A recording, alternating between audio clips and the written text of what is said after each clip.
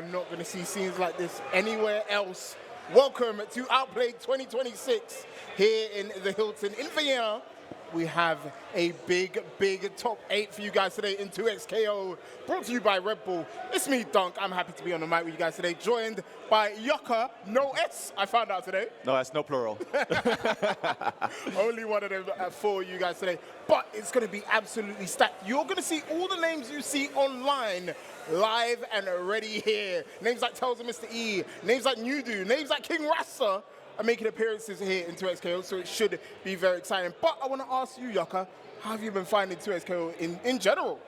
I think it's a very interesting game. There's a lot of inspirations I've seen around from different fighting games as well. Its own twist on, some new ideas that they like to bring out, which is always fantastic to see. And I'm also more than excited to, in general, see these League of Legends characters in the flesh, more beyond the top-down view, with a little bit more personality to them and interacting, right? It's always a pleasure to see these characters come face-to-face, have their quips and whatnot. And suited with, paired with a very interesting game behind it, I think it's an absolute blast. Yeah, I mean, I'm a League player first and foremost. I'm playing League for 15 years, so seeing characters that I, rage against in the MOBA, that I can rage against in the fighting game It's real. I mean, like you say with Rage Against, first that comes to mind is Yasuo. That character is an absolute menace in League of Legends. I think for most ends, the discussion around that character goes that really it's almost like somebody wrote a fan fiction and put a character in the game where the only thing you can really ever try to beat is never the character but the player. And to an extent, I find that to be the case with 2XKO as well. This is a very potent, all-around stable character where really it allows the player to truly shine and show what they're about with it. Yasuo has like a lot of free-form mix that you can apply to your opponent, right? So if you can really adapt to how your opponent is choosing to block or escape your block strings, really strong character. And obviously one of the strongest characters in the game, right? We have a decided group of characters that are strong, like Echo, like Teemo, like Ari, like Yasuo, Warwick. Sometimes in there, depending on what continent you're on. Right. But we'll see if we see any of these guys playing that today. It's Soup going up against a Nudu. Yeah, I just have to. I'm scratching my brain again. What did they end up playing last time? Did you manage to catch that? I did not get to catch it, but I've seen Nudu play. Okay. The problem with EU is you see them play something one day, and then the next day they're playing something completely different. Oh right? my goodness. They are so happy to chop and change these characters, and I'm sure these guys have thought about their teams and thought about what they want to bring to the table, and that's changed along the course of the game. But Nudu, we've seen like time and time again on the online brackets, right? Nudu beating up big names as well, like doing really well against like I think Guilty Gear players in grand finals of brackets, so no stranger to top 8. And we're seeing maybe the team everyone is sort of looking at as top 1 team. Right. It's debatable at this point. Echo, Yasuo, freestyle on the side of Soup, but Echo and Alawi can be. Echo and Alawi for Soup, Echo, Yasuo for Nudu. Yeah, I think with the some of these point characters you can bust out, the likes of Yasuo, even Echo to a degree, can allow you to sort of enjoy a little bit of a flavor pick behind, right? Alawi did have her moment in the sun where she was all around represented, but in this case, we can see already Soup starting things off very aggressively, almost doing a little bit of a grappler cosplay, just looping these throws against Mewtwo, trying to go for the anti-air, but still stable, keep him stuck in the ground. We see the parry attempt, but not quite able to escape. Going to have to use the break instead. Yeah, has to get out of there. Wants to get some semblance of control in this neutral game, and we'll finally find a hit with that 5M. Goes straight into the Mega Time Winder, and won't get knocked out, or won't get any real great Oki because they don't have bar, and actually forces the break from Soup. That was nearly a punish. Yeah, Nudu gets away from it. Spacing was just enough to be able to get away with that whiff burst. Now both players are trying to feel one another out, look for an opportunity, but a double hit here with the anti-air. Wondering if the combo can be stable enough to just carry both of them all the way. Echo does end up dropping out, but what an air throw reaction there. Good catch there from Nudu. Now only has to deal with Alawi. She has a lot of trouble with the 2 characters that Nudu's playing. She doesn't have great movement speed, but can maybe leverage those big buttons, but you're locked down in between Echo and Yasuo. You're gonna have to hold that. Swap into Yasuo. And can spend bar, surely you go into Limit Strike just to get some break bar, some meter, and finally apply the mix goal. But Soup is not ready, and that first round goes to Nudu. Yeah, I think that's going to be one of the more painful parts, is if you cannot deal with that Yasuo cross-up, it's going to be one of those first and foremost layers that they're really going to start leveraging a ton to get those free hits in between. Yeah, absolutely. It's the first check, right? Yeah, exactly. Can you deal with this before they start going to other options? Here we go. Onigiri setup comes out from Soup. Can't get the combo and wake up attack gets Nudu out there. But nearly a happy birthday Yeah. Nudu will just have to take one. Break on board for Soup, won't spend it. Still hasn't been quite pressed yet to let the break rip. See the timeline come out, and there we go. Nice hit with the Time Winder, going to finally break. No tag, though. First deploy the Time Winder, try to get a little bit of presence across the screen to get closer, but isn't able to do just that. But with an excellent match, only hits the Yasuo, so still blocking, finds an opportunity to throw, and brings Alawi close towards the corner. Just trying to keep some sort of keep away game. Does handshake in the Yasuo. Any attempt to break away? Oh, but the punish comes on through. Yeah, try to press something after come down from the air there. We'll get count hit with that 5M. There's a lot of meter to spend, right? Could switch into Yasuo, maybe look for the kill with double super here. And I think we will Stormbreaker. And then Rise with the win. That's going to be it for Alawi. But notice, that gave Soup so much break bar. So now Echo has Fury on deck. Big comebacks could happen any moment now. Oh, absolutely. I think, as you mentioned before, Ilario has that bit of that movement speed trouble. Echo for sure does not match that, but an accidental break there might be the lucky break that Soup is looking for here, as there's no do-over should Soup find that connection, especially with that Fury bar, but that handshake in on the Mind Time. That's the Fury. And now this is where it starts. If you can get a big 5M, that's massive damage. No break for Nudu. Ooh, the red. 3M. And that is enough. Nudu takes that first game and looked very convincing throughout. Oh, absolutely. I mean, just in general, moving around so quickly, and as well, that Yasuo cross-up being such a troubling tool for Soup to have to deal with, and already we're starting to see the neutral presence being rewarded here as Nudu brings Soup all the way into the corner. Nice little combo just yet. The break slowly coming up online. I'm wondering if Soup's going to let it rip immediately or just wait until the next interaction. We see the timeline come out, but oh my goodness. Not ready for the burrito setup. Has to get Echo out of there. But Nudu's happy to back up and then shuffle right in with a 5M. Oh. Can't continue the combo, but we'll just get the Time Winder out and try and hold that space. And this is where it becomes really hard for Soup. How do you navigate the neutral with such a slow character when Yasuo can move around like this and threaten with still Tempest at range? Yeah, and not even that. It's like back with the Echo assist to be able to just throw out Time Minders. Oh no, try to get something happening there, but wasn't able to get the full punish. We see though that Echo is definitely very hurt in the back end, so Soup not too quick to, I think, at least call an assist that he might accidentally lose the character, but down to the last sliver of health on both ends, does find a hit to connect here. But man, Nudu, should he decide, has that break to let it go, but ultimately I would assume he wants to hang on to it for the next round, so it's just going to let Soup do what he likes for the time being. Oh, attempted command grab. You saw Nudu do something on the way down, got punished. Forced to break now, 2M comes out, hits the wrong character. And now it's all up to Echo. He has about 10% of life to work with, but how does he find a way in? Echo can just sit back, doesn't even need to, does the air hop, and we'll find that first hit. Yeah, Nudu now on that set point. Ultimately, though, for Soup, a pretty decent, pretty decent. All right. All locked down, sandwich set up, and didn't even block the cross on, right? Soup has to spend break here, has to get some momentum back, right? Absolutely. Opting to hold on to it. I respect it. You're gonna give a limit strike over. And Nudu will get some of that break bar back. Nope, doesn't even want it, wants to go into burrito sub. All right. Set up again, blocks. Fake out on the overhead, goes low, it's a classic. Oh. And then the counter hit overhead. Soup cannot read anything that Nudu is doing here. It's just so many options, a lot of information being thrown on the screen. Even that after image itself is just very distracting, so you have to pay attention so carefully to see what's going on here. And the handshake to break the break here. The Fury is just going to be ticking down as Soup is just going to have to watch. Does find a very nice air throw, sets up the Time Winder. We Soup find the parry, but no real follow-up for Nudu. And now with the Fury taken down, Soup is able to do some massive damage, and that's, I think, the first time he actually managed to take a character off of Nudu. And that's big. A bare Fury remaining. Goes for the throw, could dash cancel, doesn't choose to do so. Sets up the clone, comes back 2H, doesn't find a hit. Just jabs, counter hit, connects. Nudu though has Fury available. Do you spend it on this round? Do you ego check here? Wow. Great tech from Nudu, and then the punish on the air Time Winder comes out. That should be all she wrote. Nudu takes it 2-0 over Soup.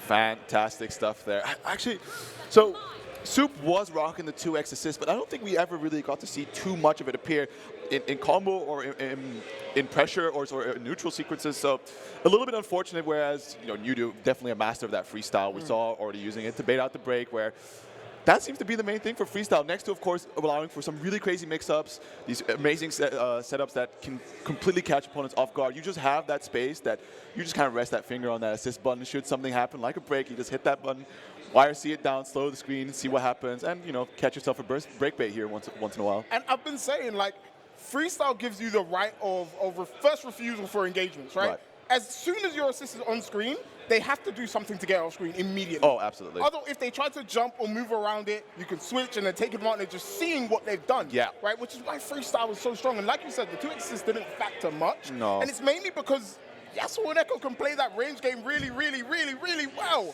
Yeah, I mean, like the classic we've seen from 2x Assist, although it has been affected as of late, is of course the ever-present my time. But with the distance, like you said, that Nudu was at, the range that he can play, the presence he just had in neutral, he could always control the space, just throw out a big roadblocker where simply Echo can't make the full transition across the screen to allow for Soup to get his offense started, to possibly even go into the Lowy and then run his game plan from there. So definitely a really, really good control from Nudu in that entire set. Yep, shouts to Nudu. We'll move on. We got our next winner's side match coming up. It's Mystery going up against Jerez. I love, by the way, production. Yeah. Fantastic work on this. This looks sick. Yes. It's been an absolute pleasure. I mean, it's definitely a big improvement from Outplayed since last year. And of course, it has to go without being said, right? Outplayed, an absolutely fantastic event. If you can make it out to Austria, do see if you can find the time to do so, because they really take every bit of feedback to heart to try and make this event as best as possible. And with the backing of Red Bull, right, we get to go into this next 2XKO game. Starting off with the Teemo Yasuo double down, trying to go for the team swap shit to the Yasuo, but we don't usually see the super into the handshake, and that does allow Tails and Mr. E to immediately just start dumping all this meter. Look at this damage and the optimization in this combo already. And now you have to hold the Stalking Flare. He's got chips set up as well, so you have to really think about what you're taking. A great level 1 to go through the projectile. Good awareness from Jerez. But still, this Yasuo is very, very low. One hit will kill. And this is an Eric Gelblade, not punished appropriately by Mr. E, and he will be punished accordingly. Jerez finds another hit. And like you were saying before, we don't usually see this team with double down. Right. Because they can go into their supers sort of together. Right. With the wind into the mushroom super tends to work. Right. But Jerez making it work here. Absolutely. We see Tails Mr. E looking for that one little hit, does end up getting anti-aired, and that's going to be a nice little sequence here for Jerez. Sets up the mushroom, an extension, bring him to the corner, does roll away from the setup, but ultimately does have to make the approach. Using the Darius assist there just to tank the hit so he can get in and start working against this Teemo. Good blocks. Look at the awareness of Mr. E. This is fantastic stuff. Oh, gets hit by Gelblade and then tries to do something, got hit by 5L. And Jerez actually takes the first character here when Mr. E started off really, really strong. Yeah, and now this is kind of sort of the pain points. Like, his Darius definitely is a very strong character that he can pilot, but compared to the movement and, of course, this double down lockdown, Darius is wanting for some kind of, just like a speed all around, because just look at this aggression, the chase down, the air normals. It's just an all-around difficult position for Mr. E to exist in right now. Yeah, great JM from Jerez to stop whatever Mr. E was doing and counter it confirmed. We'll take that first round. E has about 75% on that break bar. Ooh. Oh, and then forces Jerez's break bar. Oh, no! E feeling a bit confident, tries to go for the parry there. Great tech. I'm not sure who initiated that throw, but still. We're shooting guard punish. It's going to be big. Going to give him a limit strike to get some break bar back. What's the mix-up? Fades out the throw, and E has to break out of there. Mr. E, a raw techer, I could not believe my eyes. Does find the anti-air throw to put Jerez back towards the wall here. Gonna give himself a nice limit strike. Oh my goodness. That didn't know where to make left or right from. And again, the cross-up mix-up. Ari, just such an impressive character from the sky, immediately leveraging these left-right mix-ups that Jerez is getting completely blindsided by. Nice float there from Jerez, though, to catch with the JM. And at this point, it's like Sajam said with Teemo, it's an eco round, right? You can look for the badges, look to prioritize adding to those for the next round, even if you lose. So it's a win for Jerez as long as they can get more badges on. The mushroom already halfway, darts about to get done. Invisible as well. How was he supposed to know? We take a guess, bro. Being held down for the time being. And just a quick little slingshot for Mr. E to be brought down to his final character. Now it's about Darius having to make that approach. And I think Teemo, the float, man, he could have decided to, like, let's take this life lead to just back away, play behind mushrooms. But we are going to interact into this character. We're going to catch him off guard, send him on a much greater life deficit, and just try to play from behind. But the super head assist coming in clutch. Big damage coming out, force the Fury break, and now he has to navigate Teemo neutral, right? Yeah. So much chip coming in, confirmed. Yeah, nothing you could do about that if you're E. Jerez takes that first game, look clean. Good decision there to go into the super, right? It was going to chip and forces Mr. E, it locks him out of his break. Yeah. Which is what could have potentially saved him. But Jerez, real smart towards the end there, looking to close out this game. And if E is one of the favorites to win this, right? Yeah, one of the best in certainly. Europe, and it's shown that time and time again. But has to really clean up the combos. He's found a lot of hits, but not confirmed it into the punishing situations that he really wants for Ari and Darius to get. Yeah, absolutely. Though currently things are starting to look pretty nice. This time just trying to chase down, hoping, because a lot of times Jerez has been rolling out and hasn't really been punished for it, but now we're starting to see Mr. E definitely look for that option and making sure to keep his opponent stuck in the corner. But nevertheless, Jerez now in control, finds that low off the handshake, and there we go. Once again, a big punish coming out here with Yasuo. No break available for Mr. E, so this is just damage. He has to hold and get comfortable with the Oki that's going to come right after. Ooh, just opts into 2-0. Tries to bait throw again. E waits this time and will get himself out of the corner. There's the assist. And now you're locked down. No push block to help you here. Oh, E locked him down again. Look at the shit that he's doing. Hits with the overhead and then fakes the break. Mr. E finding an answer where it seemed like there was none. Parry comes out though. Jerez not giving up just yet. What's he got? Hold on. No, it doesn't quite hit just there, but does get the falling normal to hit in the end. So Jerez is on the back foot, however, right? Has two characters on low HP versus against Tails and Mr. E's Ari. You do see the super for the lockdown, but this is one of those characters that can definitely move around the screen very well. But at the same time, Jerez with the point, Yasuo here, able to get some really strong anti-airs going, but what a reaction. The anti-air throw down to just the Teemo here on a sliver of health. One touch would do it. And the headless assist coming in, smiting down the rat from the sky. And as soon as Jerez jumped there, it was over. No parry you can do in the air. You're gonna get chipped on the way down. Nearly a great confirm of the projectile from Mr. E there. Certainly, absolutely. Wow, look at that anti-air. Just reach for the skies. You are safe nowhere. Tries to find a way in. The charge will connect. And you're going right back to the corner. Ari, great at deciding where she wants to end the combos. Can't confirm with over deception, and actually did the Spirit Rush into a blocking Jerez, right? Yeah. Which made it punishable, and that forces E to spend the break here. Yeah, just trying to dance away for the time being, but Jerez interrupting the approach there from Mr. E, getting a nice little combo going for himself. Will we see the cash out here for the kill to just put him on the back foot for Darius? It looks to be the case. Level 1 won't even need the double down. An excellent conservation of resources as Mr. E is in a really tough spot now. Has the assist up, goes cross up, and E not ready to block low. Tries to reset, it worked, question mark?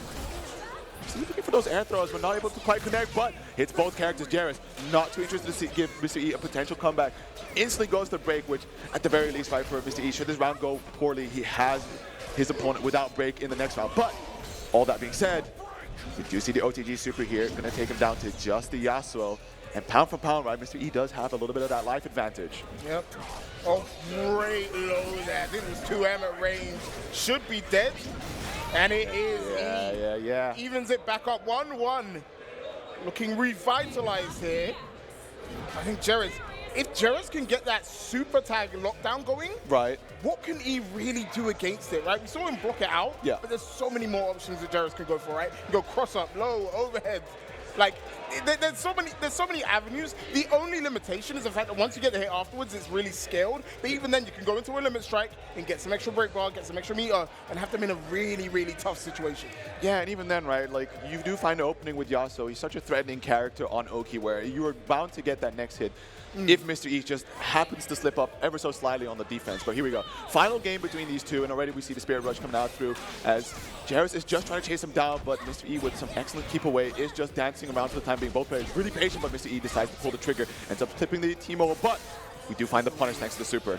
Nice, one to go through the projectile again. Goes through the cross-up, E wasn't there. There's another Galeblade counter hit, but no confirm. Push block away. And we'll call in that Darius. Oh! Straight confirmed from Mr. E. That wasn't even counted. I think the amazing part was that Ari was such in a position to actually eat the hit there that Darius was able to advance on forward. But we see the retreating guard punish there. We do find the break in the air, quickly goes to the handshake, but doesn't find the anti-air. Unfortunately, Darius ends up slipping just behind and again finds another hit, but is having a little bit of trouble with the conversions, and a beautiful parry going to run right up, but it's going to have a wrong target there. Teemo in the back, just going to go for the super, create a little bit of space, stall for time, try to let that Yasuo heal up. I think E wanted to go for the headless. Great air throw there from Jerez, and bait on the wake-up attack too. That's a dead Darius. And that's now one character away from putting themselves on set point. His Ari doesn't have a lot of health to work with. Won't get that Fury. Tries to whiff cancel, but it's intercepted by the team of JM. Jerez 1 round away from sending Mr. E to losers. What I really appreciate is like both of these players are so aggressive with their air options. They're all about establishing that early dominance, especially Mr. E, right, with the assignment to not let the Teemo get started with any of the zoning. But we do find that first hit there from Mr. E in this round. Gonna be tagging out, going for the optimization routes here, trying to deal as much damage as possible. However, does end up losing the corner in the process. Yeah, didn't want that. Wanted to keep it in the corner, and actually E gets punished by the darts. And this Yasuo just locks you in the corner, creates a wall lock him down.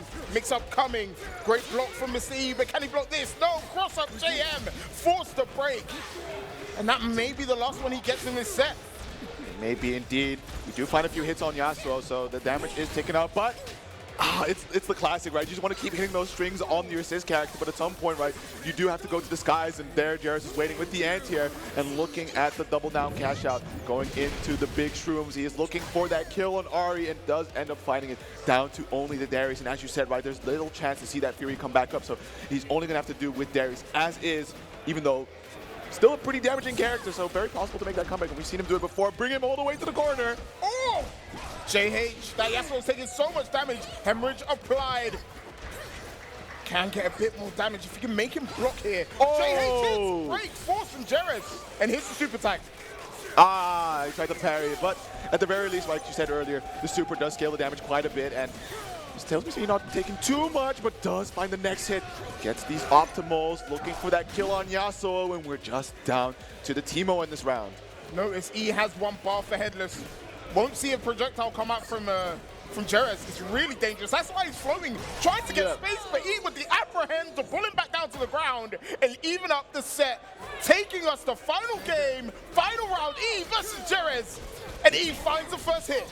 Both of them starting off with pretty even break meters, so both of them will at least get a chance to find an escape from the combo, or maybe even to invest in Fury should they go to that distance. Right now, they're just trying to dance around one another, but due to the handshake there, does find his opening, finds another opening thanks to the mix-up, pushing E towards the corner, but ends up whiffing, and there's the punish from Mr. E.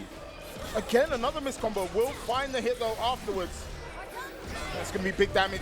Break is available, and it's spent. Wants to keep this Yasuo alive, but to what extent? Happy birthday, no Ari ready to block. Parry comes out though. Teemo's taking damage, good jump back for me, but gets hit by the stars 2H. Trying to go for the chase down, finds the 5M there. And Mr. E now only has to deal with that final Teemo character. BG running them down, goes into the air throw, close enough to the ground to be able to get that air apprehend follow-up. And just like that, gonna be going into the tag uppercut. Knockdown, no! Massive drop again though by Jerez. Plus frames, great jump from E. Can't confirm into anything. There's the parry. The orb will come out, no way out. And Jerez, he tries to confirm it. This is the first time. Gets it a second. And will save his winner's life. But Jerez put up a fantastic fight. Oh, absolutely. I'm definitely looking forward to some more from Jerez there. But man, did you see Mr. E's face there towards the end? He's had to catch a breath where it's like, oh my God, I can't believe the orb just managed to hit enough times to get that kill. I was definitely panicking that, man. And I was playing E earlier on, and he was dropping some combos earlier. And I was thinking, is he ready? Seems a bit shaky, but can he maybe build up into the tournament? But we have a novelty for you guys today. It's actually a duo stepping up to the plate. I'm excited for this. 2xKO, obviously a game where you can play 2v1, 1v2, 2v2, whatever formation you'd like. And actually, our next match is King Rasta, someone you've probably seen online in the EU, going up against Narukami and Pranker, who is our duo for today. I have no idea what they're playing, but duo does give you access to a bunch of different setups that you can do, because one person can puppet, while the other person can still input whatever they want to do. So it should be interesting. Definitely very curious to see what's going on. If I'm not mistaken about King Rasta, right, he is playing a corporate team. He understands the assignment. I'm definitely curious about the duo. That, like you said, right, there's that extra layer of tech you have available for playing in that duo space where you might essentially consider a different structure of which teams you end up playing, because like who can you utilize the best in these kind of puppeteering sections. Talking to, the name is slipping me, but he will know who he is, explaining to me about how Jinx gets access to some of her better setups due to being in a duo situation where the opponent is fully available to just control whatever she needs to do in the back end. Yeah, right. She can. The person who's on the back can press the Gatling gun as Yeah, much as they yeah. want, and it doesn't give you an input on the other side as it would in solo, for example. Right. So there is access to that. We'll see if Narukami and Pranker can pull that up against King Rasta. Austria's own. Alrighty. It's an interesting little space they got. Like, he's right in the middle. It feels like all three about him get down into like... It's a very family-loving affair. Look, I saw this earlier, right? They have been, both of them have been memeing during their set. I watched this happen with Pranker and Narukami. Yeah. I wonder if they'll be the same. And we're actually going to get to see Warwick, right? Warwick, a character that initially came out and had like a slow start. Right. We thought the character was kind of one-dimensional, wasn't that good, and then everyone found his overhead, which is minus not enough. Oh, No, not enough. I think it's like only throw punishable, which like, sure, but you want to like hurt these people for trying to go for these kind of options. If you don't have a 6-framer or he spaces it, it's like, okay, well, I'll just die, I guess. Oh my goodness, here, King Rasta starting things off with a double hit, and took a while before the duo decided to go for the break here, but now we see the slow and careful play by Rasta, just trying to find an approach, does end up getting clipped, and that's going to be the Warwick getting combo, though does end up dropping, I believe, and Rasta now just waiting for Jinx to be online at moments to just allow for Warwick to make a safe traversal across the screen, and brings, hold on. Rasta throwing out some different gang signs up there. Not sure if we wanted that one. Tries to go for the throw, good jump there. Just playing around, looking for the anti-air assist, but as it stands, see, I'm not quite sure who's on who, but one of the duos, Piet and the Ari, just trying to back away, but ends up getting clipped here by the Jinx on Rasta's side, and it's just down to the Warwick. Yeah, Jinx as a team is actually quite safe and stable, right? Yeah. You can throw out the rockets with Jinx twice to cover Warwick's attempts forwards. Yeah. And usually people want to jump in to try and get Jinx, but Warwick has a great DP assist as well. So it's a really good synergistic team if you can get them to work. Jinx sometimes doesn't want to comply. But King Rasta will find a clean hit and end with the super to kill. Looking clean in the first game. Yeah, I really appreciate them immediately leveraging the DP assist to just kind of prove you wrong. They just cleanly whiffs on the jump in, but you know, that's the risk with these diagonal anti-air type moves where with just enough momentum you may find situations where you're just able to glide on by and get a pretty nasty punish here on Warwick. But both teams now just feeling each other one another out, as King Rasta does have to wait for Jinx to be online to find an opportunity to just safely get across the screen, because really Ari can basically permanently reside in the air. Yeah, Ari doesn't have to interact with you unless she wants to. And in this case, she doesn't want to. Overhead comes out, no punish though. Maybe could have got a throw. Didn't want to risk it. Goes for the low. Makes up attempt. Has Jinx on the other side. Goes overhead. Just throws out the rocket. Jam connects counter hit, but no confirm. Will instead get the throw on reset. And just go straight into the super. Can actually tag into Warwick to continue this. And they do. Yep, there it is. Ye old 2x assist double down at home. Trying to go for the air, does find a tag, but immediately decides to drop the combo, understands that it's not worth it to keep pursuing damage against that off-field character. Now though, we see the Ari cashing out a little bit into the orb, pushing damage somewhat more, tagging into the Warwick, trying to get that Bloodlust gauge going, but denies the momentum with that break. Nice run there through the projectile, so he didn't have to deal with it. But good anti-air again, level 1, has him set up. This is tricky. Yeah, okay. But Rasta just goes for the wake-up attack. Get off me, create a little bit of space, trying to handshake into the Jinx for some kind of idea, but ends up just holding the charge. Good blocks, wow, Rasta. And all of that for Ari to jump away and be viable. Yeah, amazing. Ooh, nice throw, down to that last touch. Oh, and it's not even a DP! No, it's not an actual DP, he just licked it off raw! I love that. He just stared him down and says, "That shit whiffed. Let's go." I'm the GOAT. Level 3? Surely you spend it, right? Yeah, level 3. It puts you in Bloodlust, but it doesn't give you the life back. So King Rasta still can die in one hit. And he won't have buff the pack. Oh no, it just kills. Yeah, no.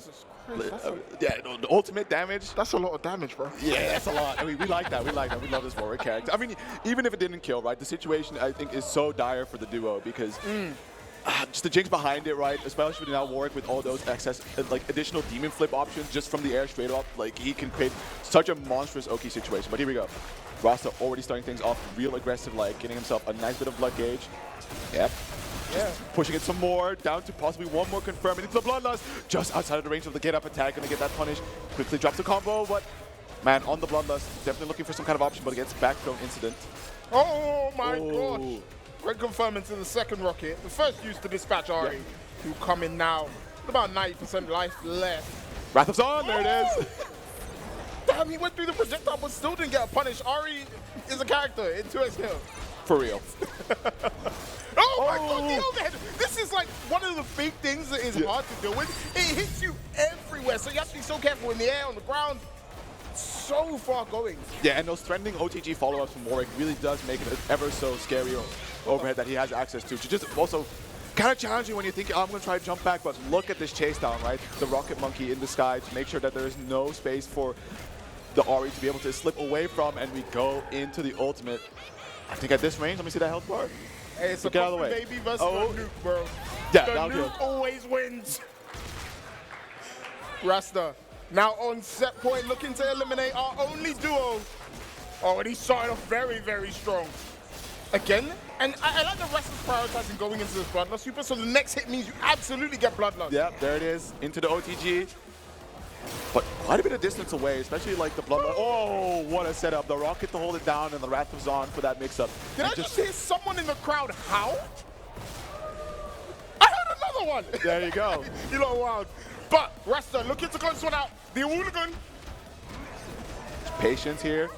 Let him do what he needs to do for the time being. The overhead does connect, and we see his own prioritization of the Bloodlust here, building it up nicely down to the next hit, should acquire the state. But Rasta, able to slip on by, gets the tag with the Rocket, able to get the extension. That last Bloodlust special follow-up going once more, trying to build it up as much as possible. It's going to be quite a while before he gets access to it. The patience, and the first one to pull the trigger. Rasta, is it going to put him in the state? Yes, it will be. Has Fury, though. Oh my gosh, 5 connects punish. It's going to be big damage. No, the drama. Oh, but Fury spent. Can he get active now? Level 1 doesn't connect, and he's going to be thrown back into the corner for his troubles. Rasta takes over Narukami and Pranker. Oh, that's the duo thing where it's like, yeah, my duo's in thing, bro. Yeah. This is the beauty of 2XKO, right? We're talking about what they can do to bring these League of Legends characters to life. Not only that, they bring these League of Legends situations back to life. Why right? is my jungler inting me? But, yeah. It is the game, it is the game. It is the game. Our only duo is out now, which is obviously sad to see, but it does mean we have a fantastic set of games going forward. I think we have one more first round game, which is going to be... Let's take a look. I actually, in my head, when I was looking at this, I was like, it's the Battle of the Herbs. And I was right, it's Herbert Salenthio going up against Herbert Mishima.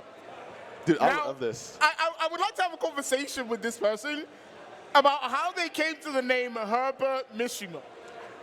I mean, I feel like it's such a classic FGC thing where it just goes like, man, if I love Tekken so much, how do I put myself in the Mishima clan? Who is Herbert? They're Herbert from the Mishima clan. Fair enough. Oh, okay, wait, it's his actual name. What? Okay, okay, it makes sense now. Yeah. Herbert is the government name. Yeah. And Mishima is his online ruiner name, as he plays the Mishimas in Smash as well. Yeah. So it does make sense. It's funny that these two got matched against each other, though, because it is both of the Herbs. Yeah, for real. So we're going to see who is going to be the Alpha Herb at the end of this one. As I'm trying to think again what they're playing, I can't quite see from here.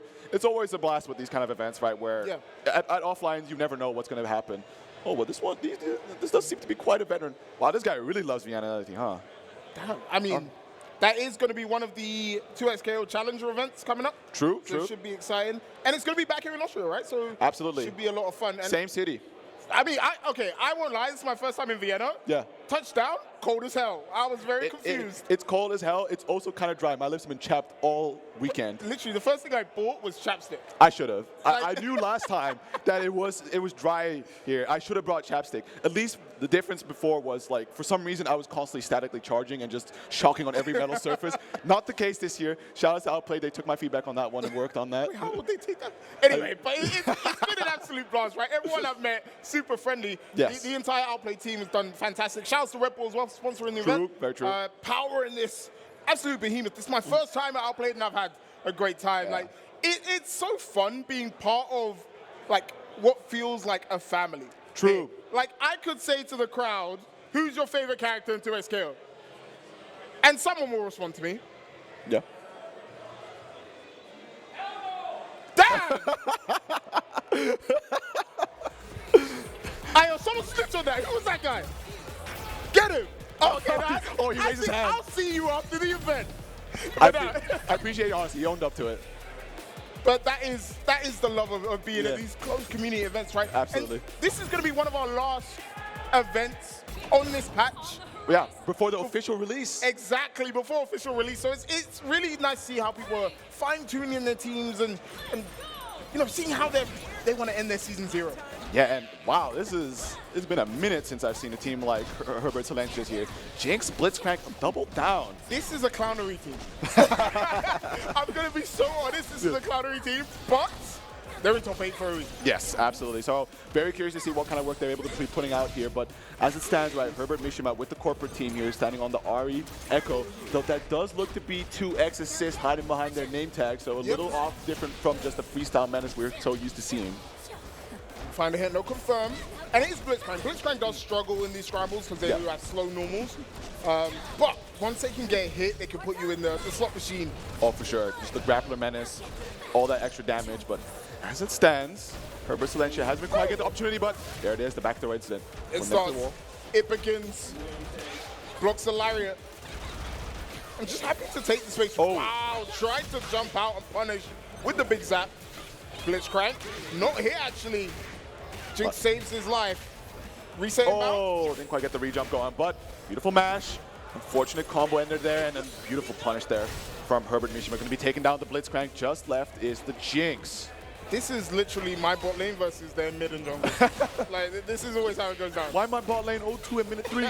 What are we doing? FF15, bro. Hey, come on. FF10, get those 4 votes in. But no FF in sight. Herbert Silencia did find the kill into that Echo. Over deception is plus on whiff. Yep. Plus, it's just there to check if Herbert Silencia is going to start things off with Jinx. You know, deploy projectile, get a rocket out. Says, let's not do that. But both with the patience here, we see some retreating guard action, but that does put Herbert Silencia into the corner. And what a patient play there, waiting for Herbert Mishima to get a little too eager, jump straight into the anti-air. And that will be enough to seal out the first round. Great stuff there by Herbert Silencia. Yeah, nice comeback. After the blitz went down, I thought it was kind of over, but nope, not for Herbert Silencia at all. Walk in. And this is the battle between the tier followers and the just enjoy it. Yeah, the enjoyers. The one that goes, you know what? These are my favorite characters. I love it when they're together. What? Yo, that's tough. That's awesome. Oh! You live by the sword, you die by the sword. Went for the big gamble on the air grab, lost all of that steam. Tries 2H for time winder, interrupts. Oh, nice assist. Able to tag on the Jinx there. Going to be cashing out into Mega Time Winder, extending this damage. Make sure to try to keep her into the corner, but as it stands, oh no! Handshake into the Ari here. Quick setup. Simple play, but the jump out. Unfortunately, took a little too long to come down. Decided, I don't know what that was about. That could have been a punish on the throw whiff, but nevertheless, by Herbert Silencia.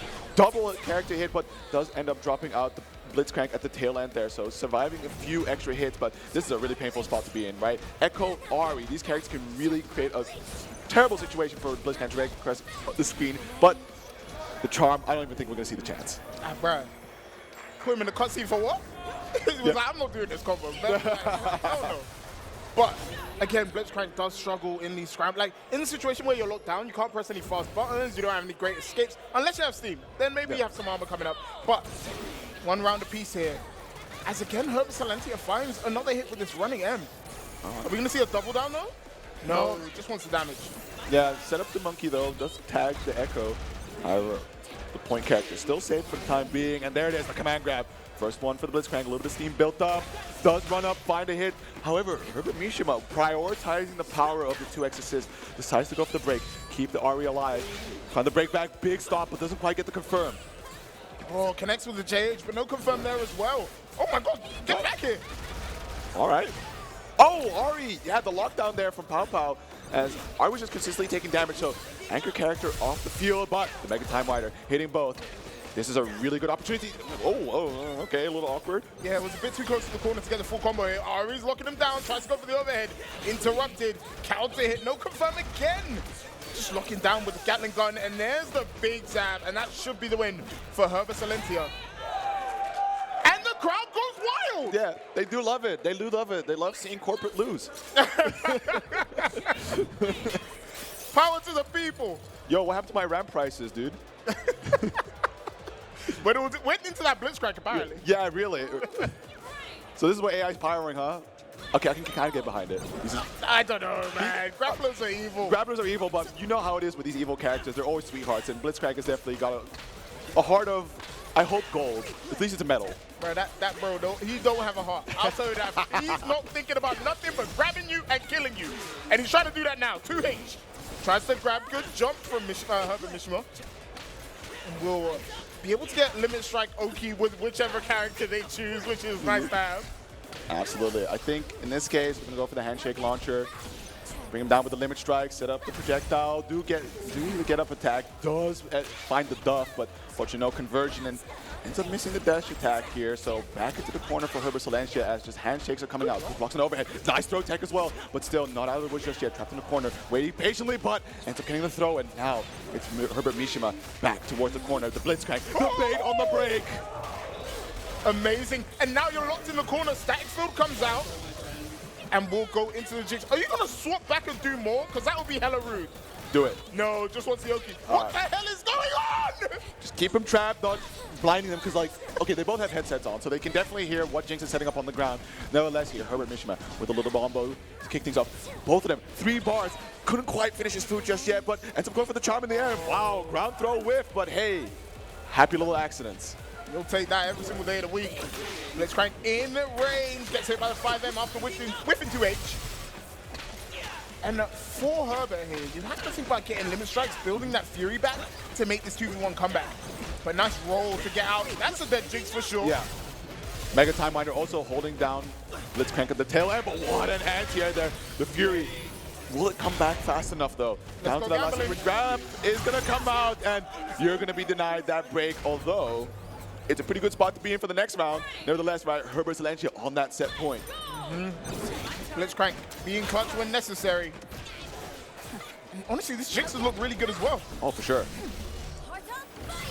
Oh, let's not do that. Oh, let's do that. Man. Like, I was so, like, I thought it was definitely going to work, but apparently not. We'll go for the wake-up attack to get out. Lockdown. Blitzcrank 2H catches. Oh, I like that. Just a little pause to see if a break was going to come out. And Herbert Mishima did understand the assignment. Like, okay, this is a pretty bait sequence here. But now, just throwing out the Mega Time Winder, trying to trace down. We see an anti-air attempt. Doesn't quite go for it. Oh. Excellent handshake, right? Blitzcrank was in a really dire spot, but thankfully was able to make use of the situation where Echo was just locked down in his own animation. His Rocket Party has that assist done. We'll go for the level 2 here. Bro, he's taking so much damage. Oh! It came from out of nowhere! Randy Orton! The Viper! And connects with the command grab. And now Herbert Mishima in a horrible position. It's down to just Ari. And he hasn't got great mix on his own. Has to really use the assist. And some trickery in neutral, but great 2H from Herbert Silentia. Not quite able to get the confirm going. He did go for the handshake, trying to get the anti-air, but unfortunately Blitzcrank facing the wrong way. Still, a lot of health to work with here as Herbert Mishima has quite the hill to climb back to make this comeback happen. Does find another hit, and that may potentially cost Herbert Silentia. The Blitzcrank here, trying to push the damage as far as possible. Just keep it nice and consistent. Find the finisher. For level 1, not Limit Strike. 25% off Fury. Herbert Silentia will have it before they die for sure. Jumps on their head. Gatling gun. And pulls him right back in it. Overhead. But no confirm from Herbert Silentia. Zach comes out again. Blocked this time from Herbert Mishima. But Blitzcrank Blitzcrank is ready. Fury is nearly coming in, and it's there's a chance for Herbert Mishima. Oh, gets hit by the rocket. No life to work with. Just locking down. There comes a projectile. Throw connects. Dash Cancel doesn't choose to do so. And there's the backbone from Herbert Selectia, showing that heart matters more than tears. Very nicely done there. So I appreciated seeing some real fun characters, some really fun combinations, especially Blitzcrank. It's always a pleasure. And man, that sequence at the end there, no idea where he's coming from, and suddenly from the shadow, here he comes. Big ol' hug to bring you back down to the ground, and a lot of pain to follow. Bro, it's literally my rank games. Blitz comes out of the bush. Boom, flash hook. But like that's stuff I've never seen before. I've never seen someone use the obscurity of the screen to make their Blitzcrank mix better, which is cool. I like that. Oh, absolutely. And I think that's why I checked over to see if they got their headsets on, because with that Jinx super to put them all the way at the top, if you're one of those gamers that are like, yeah, I don't need no audio cues, she can set up a world of hurt below you, and you won't know until it happens right on top of your head. It's a very quick situation to react, but if you're just cued in with that headset, right, listening into all those audio cues, her voice lines, you're like, oh, I kind of know what's going to await me when I hit the ground. Like you said, the audio cues are necessary. Like, you need to hear the switch to Blitzcrank, first of all, to know that there's danger on the way. But we have our next game coming up. King Rasta going up against Jerez. Jerez sent to losers by Mystery, and King Rasta taking out our only duo in Narukami and Prankster. Sorry. Yeah, very curious to see how this goes down. Ooh. Actually, Jerez, a bit of a mysterious figure, no credentials to his name, so that's a very interesting showing. Whereas, I mean, King Rasta, only in the salt mine, but nevertheless, right, this guy, I mean, the name King it's suitable. This guy has been around, just played about every single fighting game on this earth. If you play online to XKO, you've seen King Rasta. You've seen King Rasta about in the lobbies. He knows what he's about. Oh, but does he actually play Faust? Yeah, he does. Oh my God. He does play Okay, Faust. maybe I shouldn't know who King Rasta is. God, they need to, Riot Games, if you're listening to me, please don't give us a Faust character. Yeah, I think you talk to any fighting game player that has an item throw character, just like, oh, man, I hate this. I hate this. Because like part of the theory behind it as well is like, because it's random chance, the item they get to throw out, it gets to be much greater of a tool than the standard counterpart, right? Random throw projectile, for example, just gets to be insane, and it's just like, why am I losing to a machine? Exactly. Like, I don't know, it's random, but randomly always good. Yeah. But here we go. Top 8 continues with King Rasta going up against Jerez. And already King Rasta finding 2 clean hits in neutral. And we'll be looking to build up that bloodlust gauge. Again, back to the corner, into the super, and that should be about 80%. Yeah, it's a good grip. The next hit will do it, but I think at the same time, Jerez does find a window to go for the handshake there, but may also be an idea to go for the break just to make sure that King Rasta does not get Warwick in the bloodlust state. Uh-oh. Dangerous there. Gelblade right in the corner was so close and easy to punish. I like the idea for going for the dive kick there, but just a little bit out of the way, especially with Teemo just in the back, being able to carefully observe what is going on and get that punish going. But jump in here by Jerez is going to start things off. Getting a nice bit of damage. Actually has Teemo up and a lot of bar. This could be dead, but the problem is you would give them so much bar in terms of break. Yeah. They'll be able to fuse with the next character. It's actually crazy this is dead. Like, okay, break comes out, I respect it, goes for the throw, and this should build up that bloodlust. And because you have bloodlust and the setup, it's like a bloodlust RC. Right, but no, unfortunately he went for the other super, so it doesn't build any bloodlust. So needs that last touch to be able to finish things off here, but look at the chase down. Wants to get it, does find the help demon flip here, so big opener, a nice grip of damage. Will find the kill here, which on round start will give him that bloodlust state, so no Oki lost. It's just as strong as he can be with Warwick. Exactly. There is bloodlust RC, the crowd howls again. Shout out to number 5. Baby, I'm praying on you tonight. This like dive kick, I don't even know what's going on. It's so good. Great parry on your cross up from King Rasta to take that first round. Very back and forth between the two of them. Oh, absolutely. And I like the thought you were going into with the dive kick, where there is a little bit of functionality to it as an additional air option, where should the moment allow for it, you can use it to like slip out of the corner where they're looking to just keep you held down. But as it stands right now, Jerez looking to get that loop, goes into the handshake launcher, trying to extend the combo a little further here with Yasuo. Going to go for that limit break and drag him all the way into the corner, and there it is. A beautiful side swap mix-up. Is King Rasta going to get break, or is this going to be lights out for Warwick? Oh, he's dead. Sayonara. Goodbye, my friend. And the worst part is, look at how many badges he's going to get because of all of the mushrooms laid out. Yeah, that was the plan. You just saw him be so deviant as possible with those mushroom setups. Unfortunately, not able to capitalize off the anti-air from Jinx, but does find a few hits into Yasuo. Really extending that combo. I'm surprised he's not finding the anti-air, but there it is. Jarus does succeed in the end. Oh, that punishes her. Really nice work there from King Rasta. But that's -1 bar, and you can't parry any of this anymore.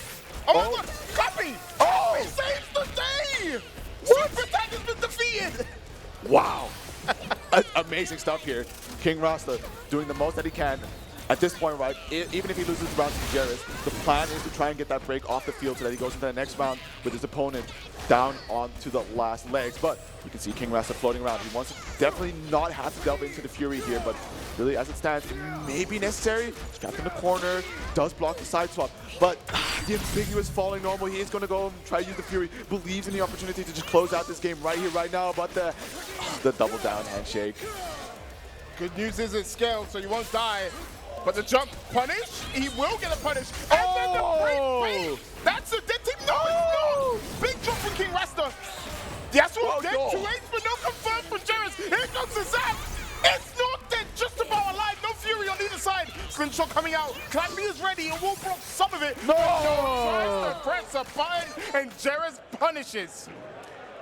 Both players without their carryover resources, right? That break gauge nice and empty, though. I think they may see a chance to have it come back, but oh, what a stressful close. I hope they're not spent from that one as they're going to this final round of game number 1. Jarus starting things off nice and aggressively. He's putting King Rasta all the way into the corner. He's building himself up a nice bit of resources. Only down to that slingshot left, right, to actually get that last badge. But as it stands, he's nice and happy with the ones that he has. As I think, good kill here. No, not quite. Maybe could have gone into level 1. Maybe. After the shrooms, but just a sliver of life on that word. Yeah. I say as he regens in the back. Yep. Good opener. Give me a nice amount of damage. I mean, as it stands, right, King Rasta is in a really tough spot. The break is coming up, but the health deficit is going to be so impactful here. But wait, hold on. Break available. Mushroom. Badgers. Oh my god, imagine breaking and dying anyway. That's the worst case scenario for King Rasta. And now they can look for chip. 5M connects though.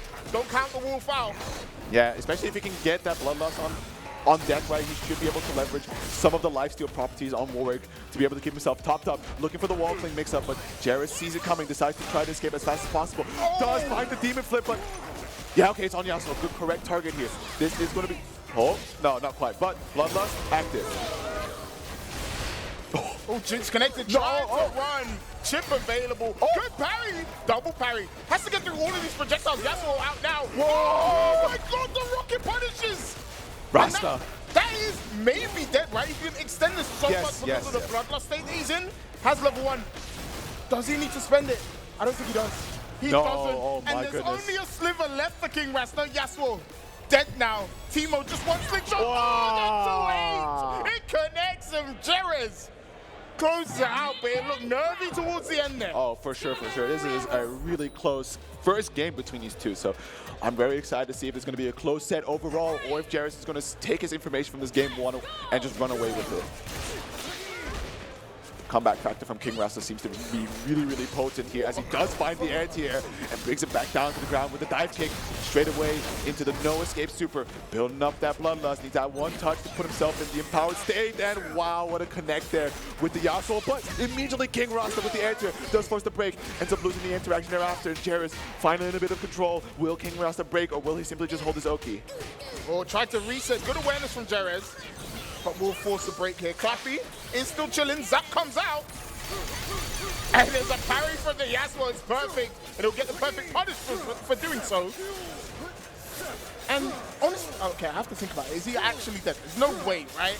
Surely Riot Games, you wouldn't allow this to happen to good old Jinx. No. Into level 3. It's going to be scaled because they went level 1 into level 2. Yeah. But one mix-up away from death here. Yeah, that's definitely the goal with that one. It wasn't about kills. It was about just sending that final interaction to be able to take the Jinx off the table. King Rasta on the final foot here in this round with just a Warwick. Run up throw. Quick OTG. Big flip. Able to stay in the air long enough. The timing was slightly off there for Jarus. And it's not going to quite lose the Yasuo here, but it's going to be in a pretty dire state with that ward. On Bloodlust, right in his face. OTG hit, fails the wake-up attack, but no punish. The chopper does hit. Hold on, he's stacked. Bloodlust and Fury. This is a big round for Rasta. He has so much to work with. I feel like Rasta really wants to hang on to that Fury for any other round, right? Doesn't want to let it rip just yet, but finds a nice hit. Has that Fury or Bloodlust to keep extending the damage should he need to. Keep it nice and simple going to the super, and that's Rasta, 1 round away from tying up the set. Good work from Rasta there. Managed to make the comeback. And this work has been putting in work. The Jinx has gone down really early both times. Oh, for sure, for sure. But I mean, I think Rasta has been so comfortable on this Warwick. Like, it's an absolute demon, making all kinds of crazy comebacks possible. But once again, we see the power of Yasuo's sword, the range at which he can hit these anti-airs. Normally, Warwick can put himself in a really awkward position, clinging onto the wall, where not a lot of characters can kind of interact into it. But no, not our beloved Yasuo. Yo, you got defense like that, Rasta? Yeah, yeah, yeah. I see you. Nice. Can't block the throw. Still not going to be enough to give. Wait, this is Mickey Nado combo. Oh, misses the end of it, but we'll find the throw. That's going to be dead for sure. Yeah. And at this point in this round, if you're King Rasta, you're playing Jinx, unfortunately. Look at him run. Look at her run speed. What is she? She's just a girl. Oh, God, the girl got a hammer. Yeah, that's true. She's armed to the teeth with this one. And we can see the damage starting to pile up. At the most, right, King Rasta is definitely looking for that break from Jerez, looking to build up his own Fury gauge as much as possible. And if, should it allow, right, just win the game right here. Yo. Oh, you can hear the spark in the setup. What are we doing? Whoa, hey, whoa. I was like, I'll wait here. Yeah. Zap will come out punish. Are you going to fall into tornado? No. No, luckily not, but Big Zap does connect here. Will Jerez break? It's definitely very important to be making use of that double down, right? At the very least, if you find the opportunity to handshake, but the anti-air assist, not going to be able to get the confirm from it, but a few hits to go with it. With the super, is the Big Zap enough? It's going to do it, as it's just down to the Yasuo here for Jerez, a full health Jinx to finish things off with. I said she was just a girl, but she's making big comebacks here. Clappy's out, won't be deterred. JM connects. What a comeback from King Rasta. Fantastic stuff. I mean, girl actually might be, she was the #1 threat for Piltover all the way down in Zon. They were for 2 seasons, they were sending all kinds of ops after her, the full army. They want this Jinx character, and you can definitely see Rasta leverage the power at his disposal. Now, a game of peace to both sides, and Jared starts things off with the pressure nice and strong, good mix-ups, great blocks from Rasta, trying to go for that dive kick, doesn't quite hit the mark, then just kind of backing away from one another, finds the first hit, no confirm, but there's that devious overhead, going to be able to build a bit of bloodlust, no escape super, putting him in a state of one more touch to get that bloodlust state. I love the way Rasta's maneuvering around this Galeblade that Jerez is throwing out, right? Just dodges it, finds good spacing. Needs to maybe find a punish here, but team-up will connect. Looking for badges, but won't find them. The break comes out. Oh, no, won't get super tag, actually. This bad Zap to punish does come out. Really nice work there from King Rasta. Yeah, anti-air assist, doesn't quite get the confirm, does find another hit, and Jerez has had enough. Goes for the break, finds the air throw, hits him raw. This is a pretty big starter, especially on counter hit to go for. Going to be doing a nice bit of damage as well as building up that meter. Are we maybe going to see a possibility that Jinx dies here off the level 3? No, sets up the wind wall, doesn't want to let any projectile shenanigans occur. Chair throw, back to the corner you go. And again, it's up to the Wolf. But we've seen Rasta do it, so Jerez is definitely not out of the woods just yet. Little Red Riding Hood has to watch out for the big bad Wolf as he finds the first opening here. Going to be dragging him all the way down the corner. No, it doesn't quite get the air string to connect there, but drags him down. No floating, no stalling. We're getting right back into the action. No escape. Not going to be the greatest in terms of Oki while with Bloodlust, but nevertheless, right in a really, really strong state. Uh-oh. Air throw comes out.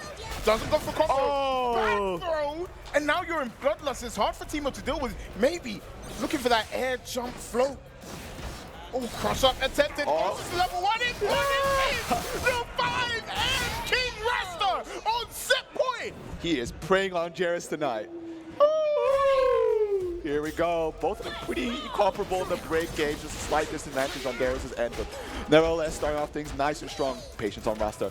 Jumps out, doesn't quite get the punish on the whiff normal, but nevertheless, stable. No hits suffered just yet. That's plus, baby. You can't press on that one. Oh, drops a combo. King Rasta sends off 2 rockets and then jumps through the darts. Build up that blood, baby. Come on, one more touch should do it, and that's the bloodlust state. The break is coming back up for Jerez. Goes into the handshake, decides to block it out for the time being. Carefully looking at what Yasuo does, finds the overhead connecting there. Into the air, no less. Goes for the break, doesn't want to hold too much damage. Feels like he's in a really, really good spot, especially with that Warwick off screen, freezing the Bloodlust gauge to not lose too much while Jarrus is running the neutral. Finds the big beam super to connect some damage. Has Big Zap available, but good closing down from Jarrus. Will look for mix-ups here. Good roll to evade, and now Warwick is in. The anti-air whiffs, but both players, neither in the ideal state, goes for the break. Straight to the sky, narrowly avoids the anti-air. Just a Teemo looking to zone out with projectiles, but man, with that Jinx in the back, able to send out looking for the air throws, but it's not going to be enough. Oh no, Windwall.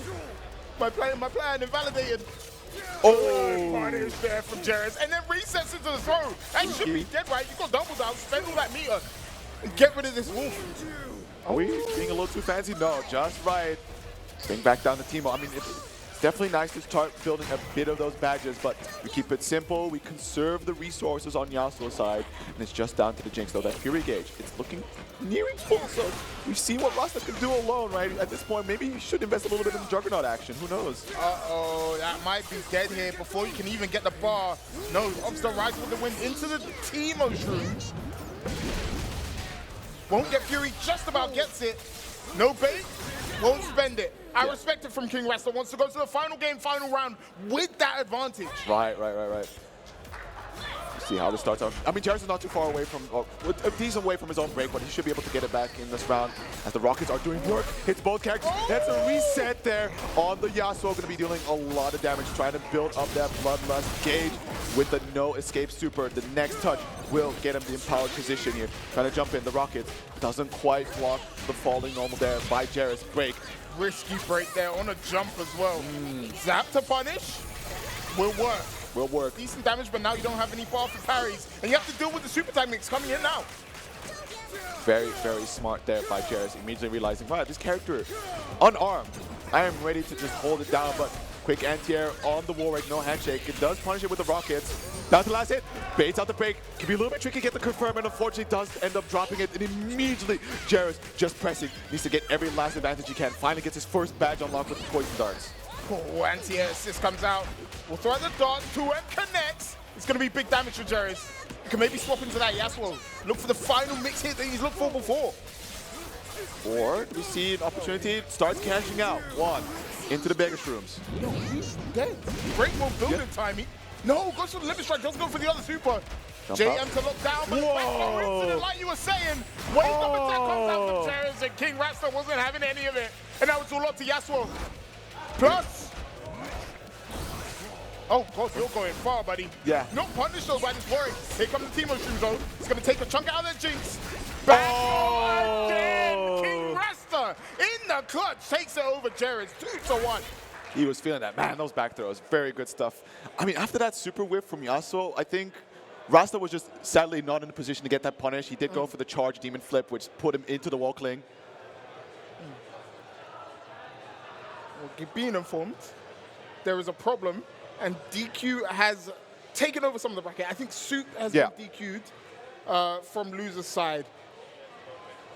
That is unfortunate. I think they had to catch a train. Sorry. Yeah. So I don't know what that means for the rest of the bracket. I think Herbert Salentia will move forwards to play King Rasta. Yeah, that's the case. Later on.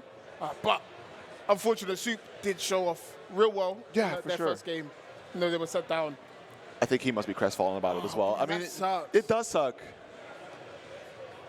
It's just one of those things, right? Like it's just one of those toss-ups with these offlines, sadly, where you don't quite know what the schedule will look like, and you try to plan it in where some people can't quite make the full stay to leave as late as possible, like at the very late night of Sunday, or be able to stay until the morning of Monday. But as it is, it's just very unfortunate to see somebody have to DQ so deep into the run. And it was good to have you. Honestly. It was absolutely, absolute pleasure to see the performance there from Soup. But we're going to be going on to winners finals. This is the game that a lot of people have been thinking will decide the tournament, right? Okay. Nudu going up against Tales of Mystery. This is two titans fighting each other. And I know they played each other before. So it'll be a behemoth match between the two. He did look a bit shaky in that first game. Did drop a game to Jarrus. But we'll see if they can pull it back here. Nudu looked very, very clean against Soup. Again, this is like he is playing the team that people sort of think is like not corporate, but it's definitely corporate. It's there. It's like it's like small company, right? It's like it doesn't have Fortune 500 investments and all that. It's like it's Small indie company? a small indie company making some accents. Like, oh, please forgive us. We're learning as we go. So, yeah, there's definitely a lot of potential. And I mean, Mr. E was talking about some OSs earlier. Nothing in game, of course, but he's sitting out here being like, what can I do to not get my team hemorrhaged? I'm the one that does hemorrhaging, okay? I'm the one that puts the bleed chip on my opponent. I'm getting those 5 stacks. I'm getting that Noxian Might, raw AD straight to my veins. But shoot me up, bro. yeah, But like he was talking about, like, yo, if I win, yeah, I'm the best. True. If I lose, Darius isn't that good. That's how it goes. That's how it goes when you play these 4 fun teams, right? You can be like, man. No. This is not a 4 fun team. Sorry. Please do not be deceived. He's playing Ari. Yeah. And Ari is a very, very strong character, right? The character has access to really strong meterless Oki. Yes. With the Stalking Flare. Can use level 1 whenever she wants and still get Limit Strike afterwards. Yep. Like, obviously these are things that other characters can't do, yeah, but she has it all wrapped up in one great package with great buttons, great movement, great control over the screen. So Ari, don't be deceived by the Ari down players, right? No. I'm talking to you, Zane, in America. Don't be deceived by them. This is a very, very strong character, right? But obviously it comes down to how you're going to pilot it, because on the other side, Nudu is playing decided top 1, right? This is what everyone is looking at, like, yo, if you want to win a tournament, probably what you're going to play. Yeah, it's just the nature of those things, right? Where thankfully Riot and as well here for Outplay, Red Bull does come out to help and support these events. Some real nice monetary sponsorships where people really who have a good shot at making it happen look at this and decide, like, man, do I have the willpower in me to go into this game having fun, or do I just clock in for that labor, right? Just punch the card in, it's time to work. What's on the tier list? Let me see what's on the top. I'm telling you now, Nudu is hit to work. Yeah, for sure. For sure. But here we go, winners finals between Nudu and Tales of Mystery. Where are they gonna take us? What's your favorite stage? I really like the Zon one because I'm a big fan of the theme. That's kind of my personal miss with 2x KO. I feel like the music is not too great, but they really nailed it with the Zon stage. Well, I can't lie, I love everything. Fair. The team on team? Yeah, I'll be vibing to that one. Here we go, winners finals. E going up against Nudu. Already, see how evasive Nudu wants to play, looking for that perfect in around some of these ranger options that his character has, like 5M. Absolutely. Like, the best thing to do, especially when Darius is now on the field active, is you do not want to be in a position where Darius can start swinging, especially with that 5M. You do not want to suffer the damage. You do not want to allow him to get that hemorrhage going where the chip damage becomes so prevalent. Oh, tried to stance, can't stance the 2H, but the 2H will hit this Ari. And Nudu hasn't been touched at all. Wants to go for one more combo. Whoa, baited. Eddie sort of blocked the mystery, wanted to pull out. And I think this should be dead. Like, he can go into the level 1 into level 1. Yeah, we do see an attempt here. One, doesn't even need it, man. Okay. Well, this character's kind of good. Yeah, we might have to have a discussion about this Yasuo character. We need to talk. We need to talk, but here it is. Just down to Darius, no Fury available, already half health gone, and just holding all this chip damage. Difficult to come across the screen, but does end up slipping just past the anti-air there. Echo now holding damage. But you do, of course, not too pressed. This is about par for the course when you have full health character. You're bound to take damage, take a hit at some point, but there's the parry. Bringing Echo all the way into the corner. A little bit of stagger pressure. The patient baits out the throw tech attempt there, and that's going to be the break from Yudu. Ari will come in and sustain the pressure, but the tornado will stop Darius in his tracks. He has to block this mix-up. Tries to parry, but the roll is slick. Puppeting from Yasuo. Nudu doing really, really well. Yeah. Okay, we hear a lot of people say Yasuo isn't that good. It crosses up. Okay. It's really quick. If it goes behind you, you can't do anything about it. But parry. Right. I don't know. These assists might be kind of good. I think it depends on the spacing because a lot of people are thinking assists like, man, I want to press this from full screen and just let me just skip the neutral in there. But when you're kind of playing right in the face of your opponent, just having that extra mix-up assist, yeah, definitely it has a lot of strong points to it. Oh, counter it. Nearly confirmed there from Nudu with a 5. Tries to go overhead, but the back throw comes out. Locked down again because it's freestyle. Goes well. Happy birthday. That Ari is not long for this world. And the Darius will follow E in dire straits. Yeah, at this point, right, if Nudu can finish it off, that's going to be the cool 2x KO, right, the title call card. But Mr. E Make sure that he's hashtag not free, looking for the air throw, but it's not going to be enough. Oh, and that's just going to be a KO. Yeah, really nice work from Nudu. He's kind of playing the slow game, right? Especially in that neutral. Not forcing the issue too much. Doesn't want to be in range of those Darius buttons or Ari projectiles that can lock you down and start those crazy sequences. And did that really, really well. Yeah, and we're talking about some of the people using assists to just go across the screen. Darius does have that tackle, but being on freestyle means that Mr. E can't close the screen distance all that freely. Has to at least put himself in a closer position. So just deciding to play patiently, being with Yasuo on point, right? Those big anti-airs to catch Ari out. And now the stagger pressure as well. Threat from long, threat from close. This Yasuo character, absolute menace. Break will come out from Mr. E. He'll just look for limit strike. Wants to build that break back on with a wake-up attack. Gets back in. Like, this is just a masterclass in Yasuo Echo play, right? Yeah. Wake-up attack turns straight into his offense with that Gale Blade in the air. Shake launcher here, Drake pushing it as much as possible. And, on top of it, dragging Mr. E all the way into the corner. The Time Winder connects, but does drop the combo. Darius with a sliver of health available. Does anti-air the Ari, but still no opportunity just yet to put the Darius in the back end there to try and recover some of that HP. And with that air throw, Nudu is going to eliminate Darius from the field, immediately tagging the Ari. Ends up hitting the low there and just straight away into the super. No chance for the Fury. It's going to be a lot of meter spent. Just like that, Nudu. Hey man, resets at the end of the round. Use it or lose it. Makes sense for Nudu to do, and just didn't want to give E the option of saying, hey, actually, I want to play with Fury. Wanted to rip that choice away from him. And again, Nudu has been using this Still Tempest so perfectly to pester his opponents at range.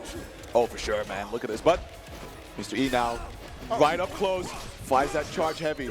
Gonna limit the combo a little bit here, but, you know, Darius is still a beefy character, does a lot of damage. And look at this lockdown from the Handshakers. In the back there, gonna go for the break. Plays it slow now, and I think this is the first time we see Tails Mr. E in a little bit of an advantage situation, at least on the health bars. Yeah, he can really play slow, dial his back a bit, and force Nudu to come to him. But instead, E advances, forces the pressure, gets hit by a 5M for his troubles. Yeah, cut the momentum short, go straight away for the break, wants to keep this Yasuo to the corner, looking for those touches to close out the job here, but does find the tag here, goes into the handshake to continue the combo with Echo, dealing a lot of damage. Are we going to find an opportunity to get the kill here? That should be the level 1 super to close out the work. But no, doesn't even need to, conserves resources, and it's just down to the Darius here.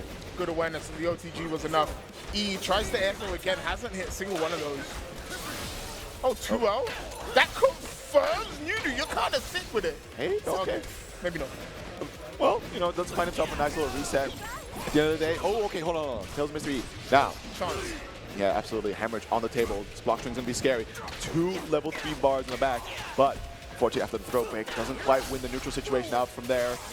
And I don't think the Fury's going to come back on time. Level 1 super. Yeah. Go into the level 1 super again. And that's Nudu right now. 2-0. Looks clean. E has not had a solid spell of advantage state in this entire set. Nudu has been controlling the pace of the game, and this is what Yasuo Echo does, right? When Yasuo is on point, Still Tempest call Echo. If it hits, confirm. If not, you go into a block string. Right, if Echo's on point, just run around for a Time Winders and whatever happens, happens. Yeah. Exactly, but Mr. E now gets a nice little cross up on the Ari, able to deal a bit of damage. The break coming up here for Nudu. He's going to be cashing out into the orb, pushing the damage as far as possible, right?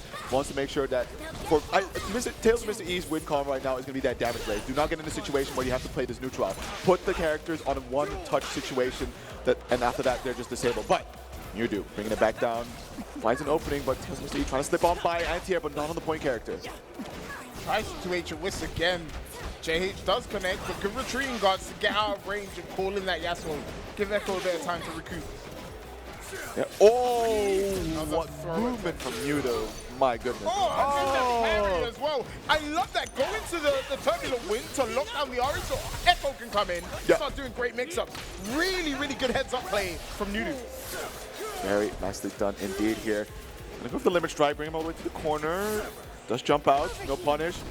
Though Mr. E, first to pull the trigger, tries to go for the throw, escape, parry on the Echo, and that is going to be finally a character gone from Nudu. I love the side swap as well to get some real estate. And now you can lock this Yasuo down, like so, overhead connects. Confirmed into damage, has level 3 on this Ari, can switch if necessary. No, up to go for headless. And there's the throw to close it. He puts a round on the board. Yeah, it's very interesting to see Mr. E just go for the run-up throw there. At the same time, we haven't really seen Yudo do too much on the back end here against Mr. E, so definitely interesting to just try and leverage on the fact that probably he's going to be a patient player, especially like he has such a solid lead. If they have 2 games, right, there's so much room for him to just take a few losses, observe what's going on, and make his adjustments as necessary. Or not at all, right, as he starts things off nice and strong, already some devious mix-ups and a lot of good damage being dealt to Ari. Stomp reset because 2H knocks him down again. Now Echo is coming back slowly. Counter apprehend, brings him right back in. And that's another one for the limit strike. Wait, cut to L from Yudu. What? He took that? What happened there? I'm surprised Mr. E really, like, I don't think Yudo has really demonstrated anything to, like, invite the respect from Mr. E to just wait on his own Oki there, but nevertheless, Yudu willing to press, had that read that he had that opportunity to just go for a big old heavy swing, and now it's just down to Darius here, but nice air connect, no break available for Yudu. Doesn't drop the combo though, that could have been a really dead Yasuo. Tries to bait the throw. Yudu jumps in accordance. And we'll get count here, and that's 1v1 Echo versus Darius. Have to be careful about throwing time winders here. One headless to sweep that off the screen. Apprehend not parried. Has to deal with the mix-up, but no. He doesn't press anything. Ari comes out right time, right place to punish this Echo. Has 3 bar, opts to spend 1. Back to the corner you go. Yeah, nice little bit of damage. Are we going to see any use from the Ari meter here? Do we find the push block? Trying to escape, looking for the parry, but the fake out there by Yudu. Going to set up into the Mega Time Winder to extend the damage as much as possible here. Putting, hopefully, Tails of Mr. E down to that final touch situation. Schmicks keeps it from a distance for the time being, and there we go. Finds the low, the Fury Gate. No, drops it, but finds himself a nice reset there. And both characters now, or both players, excuse me, with fairly even break gauges, but it's Yudu on set point. Absolutely. Good air throw. Slips right under the projectile. And he respects the time winder, doesn't even try to parry. Oh, you're stuck again. Here comes time winder. Great block from Mr. E. And actually, this is massive, right? You drain that bar from Echo. Absolutely. So he can't do that again if he gets another hit. And also, gets some decent damage himself. 2H connects, out hit, no confirm on that one. We'll just have to take this chip damage from the hemorrhage. And oh my goodness, trying to break away as fast as possible to not be in the block string any longer to hold this chip damage. Nice. Aware that it's a mid on the handshake, but gets air to air. Kills Mr. E, wanting to deny the momentum from Yudu. Immediately goes for the break on the first touch there. Plays it patient, but gets tagged by the 5M there. Does drag him all the way to the corner, and bold enough to press. That's Yudu, trying to conserve Echo as much as possible with the break. Oh, tried to parry the tornado, but it didn't come out. Turbulent Wind missed. Didn't empower the wind wall. And Yudu will find a punish of full decent damage for the kill, actually. Level 1 into level 1. And Yudu now 1 character away from booking their ticket to grand finals here. What a check there, but is there going to be an opportunity to get that Fury? The damage is really ramping and fast too. Down to a few more hits, does drop the combo, so there might be a chance, but it's not going to be enough.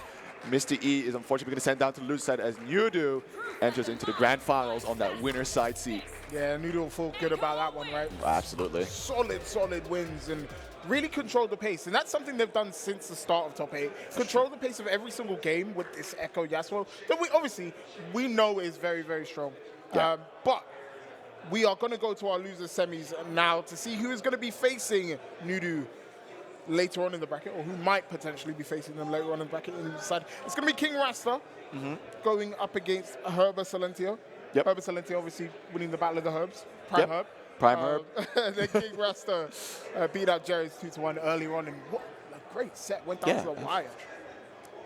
I'm really interested to see how this plays out here. I'm a big fan of King Rasta's performance. I mean, mainly because he's from my neck of the FGC woods, right, the old heads, and although item throw character main, don't know how to feel about that one. It's hard to balance, isn't it? Yeah. Like, you're from my community. Yeah. And I appreciate you. Yeah. You play Faust. Yeah. You know, like, where do we draw the line in the sand? We need a social credit system for this. But but indeed, it's just one of those things, man. We talked about it, how great the community is, the family feeling here at Outplayed, of course, with 2XKO made possible by the sponsors like Red Bull, where King Rasta, to be playing some of these really devious characters, we see the Blitzcrank, no heart in that one, right?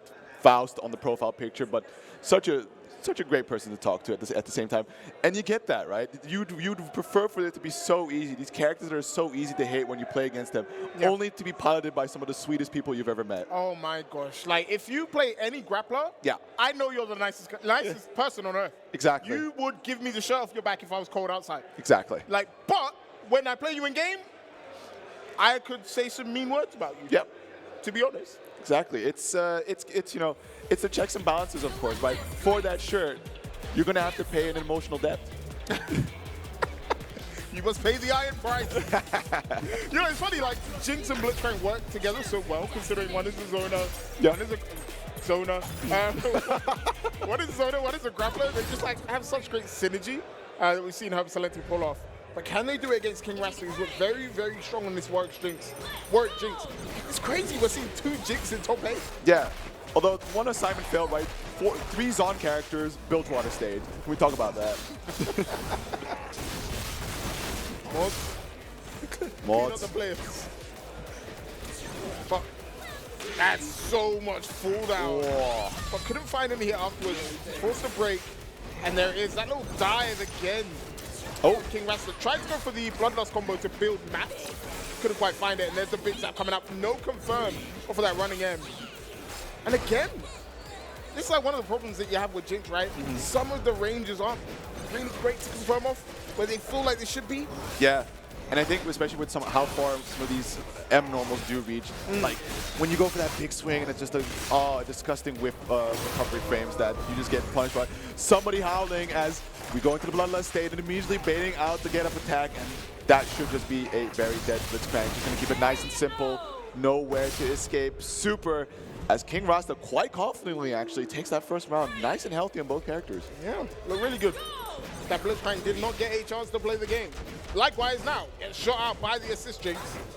Oh, little dive kick action, just a little additional possible air movement option there as he tags both characters. Blitzcrank does end up falling out for the better. These combos can be a little inconsistent from time to time, but Represent should go for the break here, wants to try and conserve as much health on both. Oh, the Wrecking Ball will be your demise. No, can't confirm with the second rocket. Now you're locked back in. Kara cancel throw. It begins. No, tries the Wrecking Ball again, but again, no confirm for King Rasta. Overhead, not ready to block. And, like, it's tough for Blitz. Oh, hold on. Weird drop there. Yeah, strange. I mean, I think that's... Yeah, just absolutely strange. I think even King Rasta was like, what? I don't want to be back in this position. That should have been dead Blitzcrank. And now we're just going into the Gunfire War. We see the one zap come out, does force the block, deploys a rocket. Controls a little bit of space, big zap getting eaten up by the Blitzcrank, but nevertheless, there's the anti-air assist from... Ooh, hold on, King Rasta cleaned up a little bit with these combos. Oh, again, running M connects, this time confirmed, or not. King Rasta looking to kill off this Jinx, sorry, but won't find the hit. Level 1 into level 1 kills here? Let's see. But I think you can do it again. Yeah, but the... Flash from the bush, comes in with the hook. That's Herbert Silentia with that special off-screen Randy Orton. I mean, like, even if you've seen it before, like, you just don't expect it, are you? No. I know, Herbert Silentia is playing very patient. Not throwing out many buttons. There's the zap. Punish available. Has to be careful, though. I think it's a worth trade for King Rasta, right? He's going to suffer quite a bit of damage here from the Blitzcrank, but at the very least, right, that Jinx is off the table. There is no more assists, or sorry, there are assists, of course, but access to the double down is gone. But nevertheless, Herbert Silentia with a clean finish there is going to put it around the piece with that Fury, break now available. It's a slot machine, right? Blitzcrank level 1 to get steam in the corner. It is a 50-50. Come on, grab or not. And in that case, it was not. King Rasta was exposed. And King Rasta's break forced really early on into the round. Nice, able to just block out and get that rocket to get the punish on King Rasta. Sending the damage, bring him all the way back down to the corner. Comes for the steam slap. Let's go on gambling. deck. Okay, get up attack. Steam is available. Kind of for an armor grab, but no, gets clipped by the rocket and the JL. He forced the break. Ooh. Ooh, okay, breaks away. Wants to utilize the distance. But at the same time, right, this is Warwick. He can't really play the projectile game all too freely. Yeah, he stalks you so well. Got great aerial movement to get away from the usual positions the traps are in for Jinx. Oh! Big whip throw. King Rasta will punish. And has the Jinx assist to work with too. To be maxed out on Bloodlust. Doesn't even need it. Yeah, but at the very least, right, he's going to get the kill here. Going for the more damaging super. Bloodlust on the table as Blitzcrank comes in. Final character for Herbert Slench in game 1. You guys are really putting effort into that one. Like, you'll be paid to do all this. We like that. I respect it. Oh, this is dead, actually. Yeah, look at him go. Like, even if this Warwick can't kill, there's a Jinx ready and waiting. Level 1, it's going to be enough, surely. Oh! Yeah, there it is. Warwick, all reliable. Who fed my jungler, man? Who fed the jungler? Who fed their jungler? Who fed the jungler? He keeps coming and taking my waves, killing me. Yeah, there it is. King Rasta with that first game win. I feel like it really could go any way here as they were going neck and neck. Although at times, right, Rasta does show really strong momentum. However, I think that round that Herbert Selection did win, it was a little choky with some of the combos. But we're starting to see King Rasta clean up a little better. If you're Herbert Silentia, you want to get this blitz enabled. Get into the corner, get that steam up, and really start getting King Rasta thinking. Big For sure. damage awaits if you do it. But again, another confirm from King Rasta off of these rockets that being sent out by the 2x's of Jinx. What? Oh, classic situation, trying to go for the infinite duress. Unfortunately, the break still coming out as both players explaining the break nice and early. King Rasta wants to grant no momentum over. Understands that corner position with Blitzcrank is so deadly that he wants to avoid it. Clappy again. Goes over. Oh! Blitzcrank tried to punch the trap, and the trap was like, I am not a projectile today. I refuse. We're not about that. Consistency? Nah. Nah. I mean, Blitzcrank be like that, right? If his main punch to deal with projectiles doesn't work, sometimes he's, oh. Damn. Jinx. That's awesome. Get it? Yeah, Jinx, true. Yeah. Who owes who the soda? Everyone in chat? Yo, I'm down.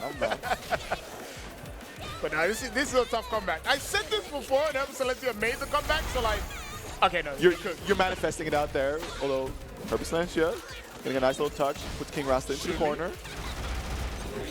Punch, okay. Has 3 ball, can nuke. Yeah. I agree with this, right? Get rid of the character, and try your best to not die to Warwick as he runs at you. Yeah, do be mindful about which projectiles you're throwing out and when, because at some point Warwick can just let it rip and crawl across the screen and be like, yeah, I've just thought about that projectile just like that. My goodness, covered so much ground. Level 3, is that BM, yes or no? Oh, I mean, they're so quick, I feel like. It's not too bad. It's tournament. I feel like, you come from Dragon Ball. Those level 3s can take a minute. Yeah, no. They had to show one of them. Yeah. Luckily, they lost less than 10 seconds. Good retreating guard there from Silentia to get out of range and then punish the Warwick. It's one of his weaknesses, right? If you can get him to do mostly mids, you can retreat and guard away and really get out of his range, punish him accordingly. So much recovery on those M's and H's. Yeah, although like at the very tail end, right, Warwick does have that nuclear option to try and throw out that 3H and like, where are we going? But my goodness, King Rasta is not dissuaded by the distance being put. However, does have a little bit of an oopsie on that combo and has to end up using the break here, tagging into the Jinx. Just put himself back towards the wall. Finds an opportunity to interact, looking for that anti-air assist, but doesn't quite hit the mark, but take throw, very nice. OTG, and it's able to bait out the get up attack. Beautiful stuff here by King Rasta. It's Blitzcrank with Fury. There's always a chance. It's true. But will you spend it? Let's go, crowd cheering for Howling, and no. Maybe the worst time! The worst time to pop Fury! King Rasta will take that every single day of the week, goes into level 1, and now you're locked down into Oki. With this Bloodlust up, cross up, we're gonna see it? No, it just backs up. Says, I'm not dealing with this Fury at all. Or are you?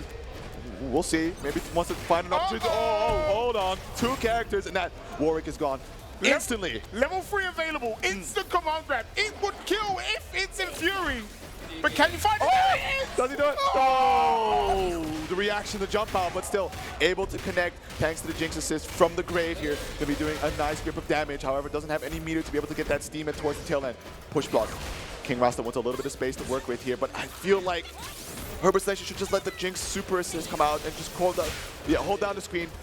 But still, King Rasta finds opportunity to throw out a few missiles, does connect the combo. The confirm lands right after the anti-air assist into the rockets. What kind of setup does he have on the ground, or is it enough to kill? It will be, and King Rasta finishes it out 2-0 against Herbert Silencia. I said it before, as a grappler main, you live by the sword, you die by the sword. Bet all 3 bar to try and kill off King Rasta there. Just didn't work out, but the crowd loved it. Oh, for sure. They were ready for that hype moment comeback. Oh my God, I hate grapplers when I play against them, but when you're spectating it, it's a blast. Yeah, it's awesome. But so close for Silencia, but can't pull it out. King Rasta will move forwards on in that bracket, I believe facing Mystery in that losers semi-final, or losers final, sorry. Yeah. And the winner of that one plays a Nudu to close out the tournament. It's been a hella stack so far. Oh, for sure. These players have been putting in some great work. I mean, we get to see also some real nice surprises with team compositions coming out here. Also one duo team. So full breadth of experience for what 2XKO has to offer. It's been a pleasure so far. Yeah, and shout out to the people helping and putting this on. The Outplayed team, obviously you guys have been wonderful production. Been the GOATs and Red Bull for sponsoring the event. Yep, and absolutely. Keeping this powered. So much love to all you guys. It's my first time here. Yeah. And it's been absolutely fantastic. I'll be here next year. I'll be here in a couple months. Back to Vienna for sure. But 2XKO has been absolutely fantastic here. Everyone has been getting hyped. Warwick is definitely the most loved character by the crowd, I guess. But, yeah. But I don't know. It's just been amazing to be part of this family scene. Yeah, it's great. I mean, I was talking it over on previous sets. For anybody that is down for anime, actually, quick question. What do you think 2XKO fits in? Anime or something else? Ooh. Put me on the spot here. Is it anime? Is Arcane anime? You know what?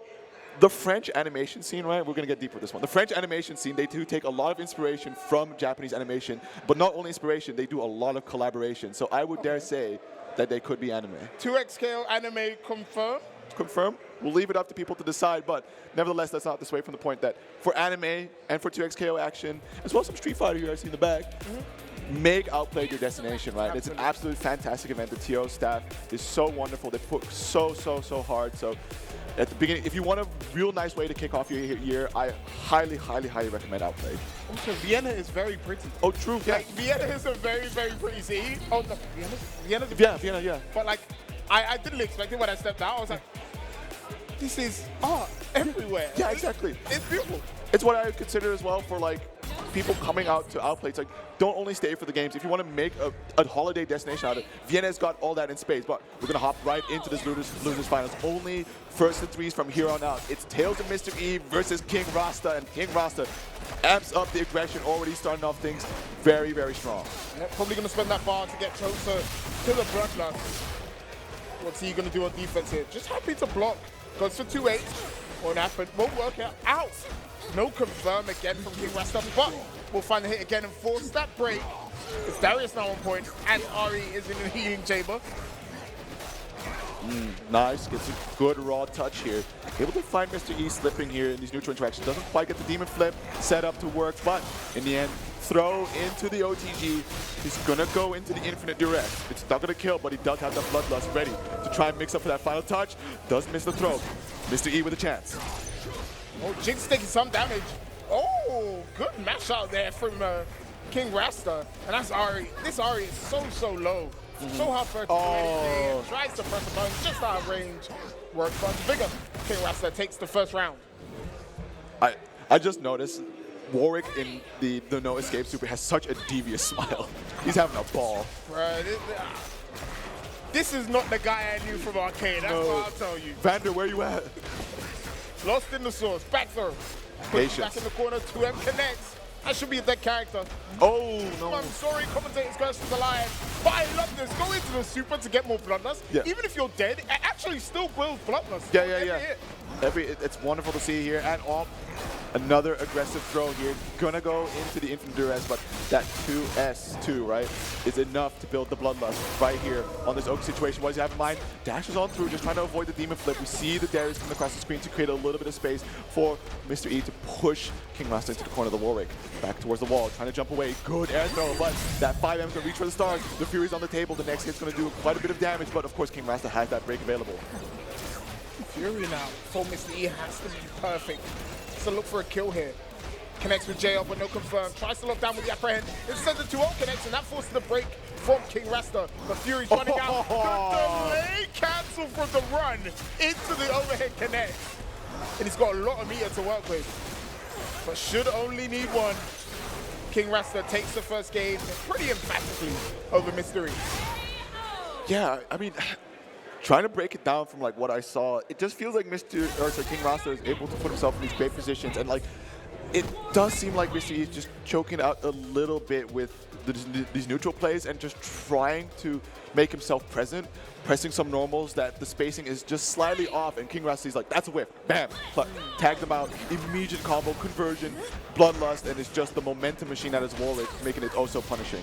And I think E has put himself into a mind state where it's like, oh, I think you're doing this regularly, so I know the punish is it. For example, the air throws, we've seen that from him quite a bit, and they've been with him a lot. Has clean up game if he wants to get back into grand finals. But Rasta forcing the break early and then getting the hit afterwards. I think this is bloodlust. Yeah. Crowd, you ready for this one? I think they are. Yeah, I think they are. Yeah, we like that. Music to my ears. This man cross into the cross-up again for real this time. Like, this warrior character is crazy. Level 1 should kill. Doesn't even need to do all of this, but just doing it for fun. Builds the bloodlust up, even though, last hit whiffs, but gets a little bit, about 10%. And again, it's Ari with nothing to work with. Break hasn't even been forced from King Rasta.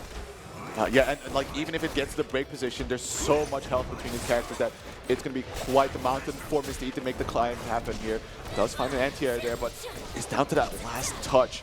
So it has to be super, super on point, especially after this combo. No drops, immaculate Oki, and after that there's still the break, but King Rasta definitely looking to conserve it into the next round.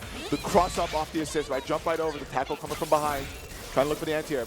King Rasta now playing at a distance. We see a lot of information on the screen. Going to go for the Zap Super, but ends up getting clipped out. Oh, got hit by the second low there. Maybe trying to jump. E will go into the Orb of Deception and lock you down. Here comes the limit strike. No, another drop for me. Has to spend the Fury real late. Connects. And that should be the kill on Jinx. And bear in mind, Fury gives you a lot of chip damage. Oh! King Rasta with the level 3. You are in Mystery's head for sure. Looking to close this one out. Man, that was a big bet, but it worked out. He knew the situation was as tense as possible and that Missy might not be feeling all too great with how these rounds have been playing out as of late. Seeing that air throw whip, he might have wanted to just amp up the pressure a little bit and go straight into buttons, and that was where King Rasta's moment was to strike, and we can see that Missy might be potentially a little bit rattled here as the momentum does not stop for Rasta.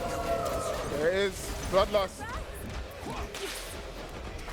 And again, just a jump dive. He can extend all the way to the corner with this one. And this is so much damage. Just now getting the break bonus to build extra break, but it won't matter. Tries to catch a roll there. E not biting, and we'll be able to spend some meter. And this is a cool combo. Yeah. Break is available. Freestyle. No, it doesn't tag back. Sadly not on time. I think he was too, unfortunately, we're locked into headless, so couldn't have an opportunity to actually utilize the freestyle break bait. Oh, hold on.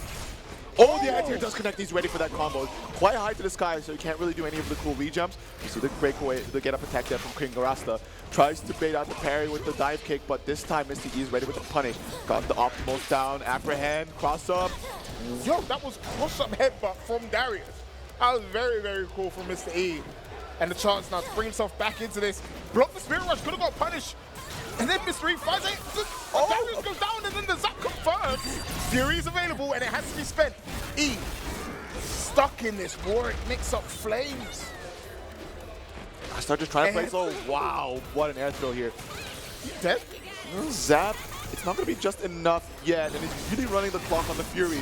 We see the no escape super anti-air, not ready for the confirm, and trying to generate that life back, but the Fury is now finally out. The next touch should do it, but assist, the tackle, the wall bounce, but it's going to limit the combos a little bit, but we do go for the Orb of Destruction. Can he push the damage in the end? There's a bit of meter to play with, goes into the Spirit Rush, and that is going to be Mr. E hanging on there, putting a round on the board. Yeah, really important. He gets around on the board just for his own mental, right? We said he looks rattled. Yeah. He's prove that they can win, but these Jinx Rockets have been playing havoc with how E wants to play neutral. Yeah. And we can see as well that, like you said before, we were talking about it earlier, with freestyle, King Rasta is definitely aware that when that character hits the field, he is pressing to just get him away. No freestyle for you, no utilization of your very nice views. Again, Warwick assist, stuffing all attempts at aggression for Mr. E. It's not dead yet, but next hit should kill. E goes on the offensive, will connect with the cross-up. Go right back to the corner. Orbit Deception is available, and he's likely to spend it, and maybe switch into that Darius, honestly, to let Ari get some health back. Oh no. Mr. E. That's very unfortunate. Down to just a Darius. But the Fury gauge is not too far off from being filled up. Finds an excellent touch here, but spacing might have been a little off. The apprehend, overhead, follow-up connects. It's down to just the final characters here. Mr. E for a chance to equalize the set versus King Rasta to run away with the lead. You see the pressure running, trying to bait some kind of option, looking to see if King Rasta will try to throw tech. Finds a raw hit to connect and start things off with. Headless, the super for Ari, continuing the damage. Really laying on the hurt right now. Double headless, and it is going to kill Mr. E. Actually finding the extra damage from them being in hemorrhage from the first headless, like that is really smart combo routing from Mr. E. But again, that Spirit Rush connecting early on is punishable. Yep. But lucky King Rasta isn't looking for it. Certainly. Now we see Mr. E starting off things a little bit more aggressive in his favor. Or can he line the full combo? The Darius is on the field here to optimize the extension, and similar situation, goes into the headless, and I think King Rasta has that timing down. He does understand that freestyle is a very dangerous fuse to try and go for the break against, but when they commit to that super, it's, you know, it's a sealed deal. And I guess for E, it's like kind of a good trade. It's like, okay, I'll take your break, fine. Yeah. Otherwise, I will kill you. But break advantage isn't enough to win alone. Goes into projectiles, can't confirm into the JH. Level 1 punish. No, good block from E, and then punishes. Had more time to punish as well because they land cancel, right? Yeah. Got rid of all the negative, all the block stuff from it, from landing. Easy punish, easy kill. And E trying to turn the tide of this matchup. Yeah, first time we see that Mr. E is able to bring King Rasta down to the final character, and we see the Jinx hit. Oh, whoa. Who do you think you are, Mr. E? That would have been really cool if he finished that, but hey, I appreciate trying to set up that side swap. We do find King Rasta going straight into the kill here against Darius. Only just the Aria left, but Fury available. However, it is only the first round, so I do assume that Chaos and Mr. E wants to hang on to that for as long as possible. Oh, good punish there, Ether whiff, but again, no combo from Mr. E, and then gets thrown on his side. King Rasta just happy to take the zap, has that super assist ready. Won't opt to use it, waiting for a good time. So he can lock down this Ari. 2H jumps into the corner and just calls the DP assist. There's Mr. E. Fury has to be spent. Connect with JL, no confirm. Choose to dash cancel. Let's try and get some mix up. But that great dash there to get away from the grab. And Mr. E finally goes up. Yeah. Bold play from King Rasta, though. I think the assumption was going to be like, Jinx going to be playing from a distance, surely. And that's when King Rasta says, like, what if I break that narrative? But nevertheless here, the next round, already starting things off nice and aggressive for King Rasta, down to that last touch necessary to be able to build the bloodlust for the activation. Good blocks, the patience. However, the gauge is starting to drain out. King Rasta, I need to find that touch, an opportunity to just put Auric into the back foot there and conserve that bloodlust gauge. Oh, gets hit right after the break as well. That's really bad if you're King Rasta. Goes into the Orb Deception, can potentially look for Limit Strike, but no, just happy to give over the break bar with this combo. Oh, hold on. King Rasta ready with the punish, finds himself a reset with the Warwick assist. Not going to go too margin. Wake up back throw there by Mr. E. Tries to go for the overhead, but there is the get up attack. Step back in neutral. Doesn't want to push too hard. But another rocket connects. He has not been able to deal with these rockets so well. Usually you see people parry them and try to move forward, but I guess King Rasta is just covering it really well for it. Oh, Happy no. birthday, that's big. Break comes out, saving the Darius. Apprehend connects. I think he ran a little too deep, wasn't able to keep that corner from the combo there. The overhead does land. That's going to be a dead Ari. just down only to Darius, who at the current state is just one touch away from King Rasta, tying up the rounds here. But the air throw, quick OTG apprehend. Half the damage, gonna go into the headless, just not enough to take the Warwick just yet, but the chip damage is certainly gonna do the trick. It's just down to the Jinx. Can Mr. E take the lead in the set? Can he make it a 2-1? Fury available, and it's spent. King Rasta wants to stay in this one, but the air throw is so good for Mr. E. I said earlier, maybe he should look away from that well. Apparently not. There's a reason he's in the top 8 and I'm here on the mic. Couldn't hack it. Nice anti-air there by King Rasta. Unfortunately, able to get the dive kick to convert the combo onto the ground. Excellent tag there as Tails Mr. E is going to keep the damage train running. Pushing King Rasta all the way to the corner, gets that limit strike. Patience looking for some kind of wake-up option, but ends up going to win with the trigger pull on the mash. Gun has Warwick out, tries to parry again. So this time, slightly delayed. Will break to stay out of the Warwick combo. Good air to air. And will confirm straight out over deception. Instead with limit strike, which will give you some near back. Yeah. Ooh, kill 2. Now it's up to Jinx. Kind of hard for her to deal with this Ari. She has great movement to get around your projectiles. So, yeah, exactly that actually.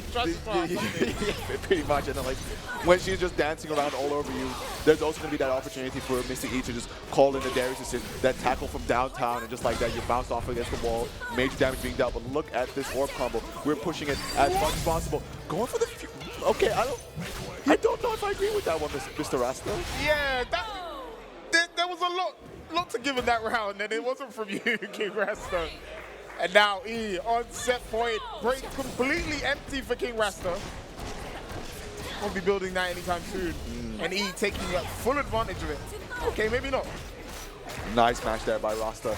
Gonna amp up the damage a little bit, trying to prioritize the Bloodlust gain here. Ooh, with the 2x assist as well, I think. No, okay, with the Infinite Duress Super instead, he's gonna go push for the damage in a similar situation as he would be traditionally with his combos, down to that one last touch to be able to activate the Bloodlust state. Not gonna kill just yet, but this is a very, very scary Warwick now. One mix-up. Oh, and again, he gets hit by the rockets, locked down by this Warwick. There's the flip. Good throw to punish the retreat guard, put him back in the corner. There's the DP coming out from Mr. E. Takes so much health. And their empty jump block call assist is the classic. And King Rasta gets hit by it. Hemorrhage stack is on now. Oh, E with another drop. Yeah, the hide, unfortunately, not in the right place. As King Rasta is capitalizing off that situation straight away to go and look to kill his Darius. But I think Mr. E is looking at the opportunity to try and conserve this break as much as possible. But at the same time, Roddy, he is running up the break gauge for King Rasta here. Both have been going quite back and forth here. Baits out the throw. That's going to be a dead Jinx there. But Warwick with Fury and still a Bloodlust gauge remaining. Oh, and now it's Ari with Fury. Battle of the Tail Beasts. Who's going to win out? Warwick trying to use some of this Bloodlust to approach. 2L connects. Goes into Demon Flip. Won't find anything, just gets out of space. There's the Stalking Flare. It hits actually between the Jinx rockets. Oh, bursts out of the level 1. Here comes the Orbital Deception. Level 1, right through! King Rasta takes the round and most importantly, preserves that Fury. Absolutely there. Fantastic stuff by Rasta. Bringing it still on set point for Tails Mr. E, but there's a chance now. One more round to tie up the set, bringing it into the final game situation. Beautiful take throw there. Trying to set up this Demon Flip, but the roll forward is going to put him out of position from being hit by the M follow-up here. We see the Spirit Rush dive kick there. However, unfortunately not able to keep the corner, but able to adjust to get that slide swap regardless. So push-bot tag wants to bring in Warwick. Now gets rid of the Darius. Good work there. Good patience. Didn't push the issue too much. E has to keep him locked so he can't switch to the Jinx. Yep. Foxfire Flare connects. And Darius will confirm. It's going to be big damage and limit strike. Potentially Stalking Flare setup, right? Yeah. Wants to force him to lay down, take this one. 2L connects. And you can see King Rasta has blocked those 2 S2s. The overheads are presenting. And is now thinking, okay, how can I get out of this? Maybe I can jump. Gets clipped there by the 2L. And now E, one character away from going back into grand finals. It's just Jinx. That's what I said before. Yeah. Could be proven wrong. We'll see if this goes that way as Tails Mr. E is slowly building up that break gauge. in situations where Ari's able to just hang out in the sky, right? We see the Darius come out, looking to just make sure that Tails MC can utilize that freestyle, ends up overextending himself ever so slightly, caught in the animation. You see Mr. E now trying to push damage as far as possible. No, drops a Spirit Rush! Keeps the damage rather simple though, but the reset throw is going to kill the Ari. However, that is a Darius with a lot of health, a Fury at 3 full bars down to King Rasta's one-touch Jinx. One mistake could be chipped with this headless, right? If he wants to throw it out. But E just jumping and blocking at the moment. Lockdown now, has to spend that Fury, doesn't want to dodge the chip. Headless comes out, parry, no, doesn't need to. Oh. And then E will pop that Fury. Oh. Level 3 available, no. Doesn't even down rocket. And now King Rasta has to panic and flip, throw comes out. He's just running straight towards me, what are you doing? Level 3 available. King Rasta brings it back. We are going to the final game, ladies and gentlemen. Oh my goodness. I take a look at Mr. E right now. If that doesn't affect him too much, he looks to be all right, drinking a sip of water, thinking about that, because he really had that in the bag, man. That is a situation of clutching defeat from the jaws of victory. And it's when the stack is like, it is too hard to keep track of, right? He was thinking, okay, I need to kill before the Fury comes into play. Goes into level 1, goes into early, drops a combo, and then it's all hell breaks loose from that point. And King Rasta is taking advantage of this chaos. We'll find another hit now. It's Warwick, gonna be in Bloodlust now. Yeah, not great on the OT, but still very prescient with some of these projectile invuln approaches, as well as any touch can lead to some massive damage. So definitely, I'd imagine that Mr. E is going to try and break as soon as possible to conserve the momentum here, as he does find an opportunity where Warwick's back is towards the wall, so effectively does do some corner carry thanks to the efforts of his opponent. And Mr. E now really dishing out the damage, trying to run the clock on the Bloodlust gauge. Yep, almost daring Rasta to break there. Yeah. Oh, cross-up rocket connects. And this is in Bloodlust, so you know it's dead.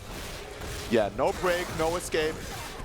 Oh my gosh, King Rasta, can you do it? From the brink of despair, pulling it back in the clutch, and now commandingly taking a character lead in this first round. He does have Darius with maybe Fury, but the question is, do you even want to spend it? Yeah, I think at this point, right, like, Warwick is about half health, although that is a break from King Rasta. Does put Mr. E in a decent spot should he go into the next round, but as he's running this damage, he may see the possibility that he does close things out with that get up attack bait. That's going to be a dead Jinx, barring any uncharacteristic drops, where as it's just now the Warwick and Mr. E with the life lead, conserving that Fury bar. The greed is paying off quite wonderfully here. However, he does go for the double overhead there. E spends Fury, level 1, no kill, it punishes the jump down from the wall. But most importantly, it came at a cost. He had to spend that Fury to get the chance, to get the opportunity, to get to set point against King Rasta here. But King Rasta not going down without fight. Will connect and go into that Warwick super. Not quite Bloodlust, but next hit will do it. Hasn't got the assist to work with it. 4-second cooldown. Trying to just keep away here, control the space, doesn't want to let him dive kick for free here, but King Rasta finds the mash, is going to start laying on the hurt here, barring any uncharacteristic drop. That should be a dead Ari, just down to the Darius now. The break gauge is about halfway away, so Darius is not going to be seeing that Fury bar filled up completely for that bonus damage anytime soon. There's going to be a bit of hurt first. Gets hit by the rocket on the other side, likely whiff punish to that 5M press there. As with the Bloodlust, we see King Rasta extend the damage as much as possible, trying to get as much damage as he can before the empowered state of that Fury. But look at the break, he's actually building so much break bar for Mr. E. So he'll have access to Fury if he wants it.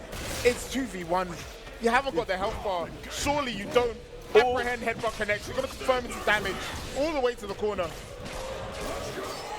We'll just take the limit strike here. Yeah. Double apprehend. Oh, what the head, bro. No confirming to anything. Down as super mystery whips. And we're going to final game, final round. Oh my goodness. Both of them conserving their break bars there. I'm surprised King Rasta went for that bait, honestly, because Mr. E definitely understands the situation. This break is so critical here to deny momentum or at least have fury to try and make that comeback occur. But now Mr. E starting things off strong is going to get the break there from King Rasta. Now trying to deploy a little bit of a setup with Jinx here in the mid screen as he's trying to do what he can to approach. We see the anti-air assist there from Warwick. Does get tagged out, but Jinx is safe for the time being. A little bit of zoning. Warwick slowly coming back up online, but it's going to be Tails and Mr. E right now, dictating the pace, dealing the damage, and Jinx is going to be looking in quite a dire state. He has access to the TOD, right? If he can do this correctly, he'll bring it back and then can spend level 1 again. Snow doesn't know how to do it. What's the lockdown? Chip is a problem now, and that's why the push bot came out from King Rasta. But it's Warwick towards the next break. He wants to keep the momentum, keep locked down the corner. Whoa. There's the dive back to the corner. You go, Mr. E. I'm trying to build bloodlust. No, the drop, and there's the back throw. Jinx off the table, but considering which character I would rather see King Rasta on to make this comeback, it's that Warwick. Finds the opportunity to match, has that level 3 on the table, but he's going to keep it nice and simple here. Hopefully doesn't require to use any bar to find the kill. Bloodlust on the table. Fury almost built up. 3 bars on both characters. This is going to be as likely as it can from King Rasta. Air throw too high for Tails Mr. E to get the confirm. Finds the 5M mash. Level 3's on the table. Does he want to push the damage a little further, or is he trying to hang on as much as possible? Still has Fury. Should situations get a little dire, but he is really extending as far as possible. I think he's going to try and run out the Bloodlust gate straight into the Blood Hunt. Yep, go get rid of all the Bloodlust and then bring it right back. But look at the Fury bar. He got Fury because of this. Will that come back to my King Rasta, or will this next mix-up seal it all? Patience, waits, lockdown. But there's no way you're getting out of this one, E. It's King Rasta making it all the way to grand finals over Mystery. And I could absolutely love, the discussion of family here at Outplayed. The hometown hero, the support from the crowd here. Happy to see him make it all the way into grand finals. But the job is not done for King Rasta yet. Not done. He's going to have to play off against Nudu, who has been such a tough client, paired with the fact that he's piloting that corporate team, sitting on that winner's side, right? That's going to be 6 cumulative games that King Rasta is going to have to win to try and take 2xKO here at Outplayed 2026. And Nudu has barely lost one this entire tournament. It's a tough ask. Yeah. But what else could we ask for in the top 8 finals of top 8 for 2xKO here at Outplayed, brought to you by Red Bull. I've been having a blast. You've been having a blast? It's been amazing, man. These are some tough matches for all these players to go through. And paired with the fact that we've seen a variety of team comps, a variety of fuses come out, it's just been the full breadth of what is available for 2xKO. I mean, this is as good as it can get for a little bit of marketing for 2xKO. Yo, man, hop on. Hop on. Release it in a few weeks. Say what you want, right? Say what you want about 2xKO. It's boring. You see the same characters again and again. When the community wants to, we come out and play whatever the hell we want. True, it's true. And we make it work. And it's been great to watch all of these players come out and play that weird stuff. Yeah. We had 2 Jinxes. 3 Jinxes even. Blitzcrank. Alawi. Wait, we had every character except Braum. Yeah. But no one likes Braum. Yeah. I mean, yeah. yeah. I think there's like 2 enemies that are like prevalent. We talk about grappler, but that's an all. That's just the silence. Yeah. We hate Iron Throw. We hate Armor Slav. You can't hear this chat, but I'm clapping because you're right. But we didn't see Braum today. Oh, and now it's the battle of the hometown hero, like you were saying. Yeah. This is the crowd's boy. We've heard him get behind it. Every single time we hear that Bloodlust bomb, yes, the entire crowd howls with it. Going up against Nudu. I just hope for King Rasta he isn't too spent, right? Because Mr. E really made him go the distance there. It was coming from the back foot as well. He looked so confident in that first game, but he really had to dig deep for that comeback. And Nudu, like we said, has just been unstoppable in this bracket. Does King Rasta have what it takes to take it home and defend his territory? Here we go, grand finals. Nudu going up against King Rasta. King Rasta on the loser's side has to win 2 sets in a row to win out this tournament. Nudu, though, just one, finds the 5M. And like I was saying before, Nudu is very patient. Happy to sit back, say, I'm taking my time with this one. Yeah. And once you make that fatal mistake, he's there to punish and capitalize. Yeah, I mean, just the power of both of these characters, even if you think like with King Rasta's Jinx on the back, he has the presence to be able to deploy projectiles that Warwick can traverse the screen safely, but wind wall assist. Yep, wind wall. Yeah, wind wall, there you go. What's the setup? Nice. Calls Echo to get rid of Clappy, actually. Made it a non-factor. Locked in the whirlwind. Just waiting for that assist to be back up so he could go for some meaningless Soaking or pressure there. But, meaningful. King Rasta's feeling it. Yeah, that combo did look a little shaky, that 5M hitting really low on the ground, so understandable to see the combo drop, which is really unfortunate for King Rasta as he might potentially just lose his Warwick right here. Oh, definitely. Yeah. Rise with the wind is more than enough. And now it's Jinx lead with Echo Yasuo. Like you said, Windwall is a game changer. Nudu doesn't want to use it though. Wants to let the Yasuo get some life back for sure. I think at the same time, it's like a I know that you know that I know situation where Windwall is going to be a strong factor in the 9 Jinxie's projectiles, so King Rasta isn't really focusing it on all too much, and like you said, Nudu looking to recover as much Yasuo HP in the healing tank. And Nudu's just like, catch me if you can. Yeah. Okay, caught. You caught caught. The Echo is going to be punished. No! The Zap is not in range. 2H win. Hold on. Rasta has a chance here. Has the life lead even. Locked down by the Warwick. Here comes a minigun. Charge rocket. Didn't bite. There's the Yasuo though. He was ready with the assist. No confirm though. Drops the combo. Calm starts. Right in we go. Lockdown. Puppets. And here comes the mix-up. It's crazy you can go throw. Hold on, 10 seconds left. Maybe you put Fury here. Maybe, but I don't think he's going to have the chance. Nah. Double super. Nudu keeps it nice and clean. Looked a little shaky there. King Rasta starting to make up that comeback, but just the power of having your secondary character active to access your fuse is just undeniable compared to Fury. Handshake tag is pretty good. You would have guessed it. Good stuff. Forced to break out early though, Nudu. And this is like the big difference between the two teams. When Nudu finds it, it's like very samey conversion. Yeah. It's quite stable. When Jinx finds it, it's like, oh god, how do I actually convert this? Like, and you can see King Rasta struggling with it. Like, trying to pilot the Jinx as best as he can, but it's just not working out. And break is forced again. But King Rasta trying to fight back. There comes the teleport. And there comes the Able to slip out of the damage for the time being though, but man, Warwick on the back foot here. Needs to find an opportunity to safely tag into the Jinx. Does find it off the assist rocket. However, this Echo taking a bit of damage here, going to go right to the super.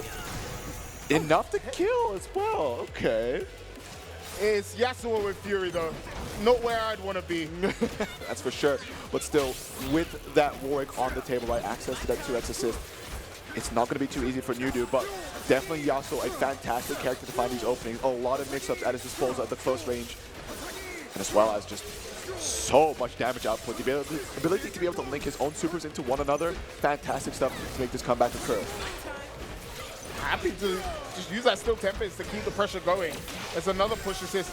Actually, the tag delayed the parry, right? Delayed the projectile, so he couldn't parry on time, but couldn't get the full punish. Nudu now, just chipping away at this Warwick. Another projectile connects, but no confirm again from King Rasta. My time, only one time. Not this time. And Nudu evens it up.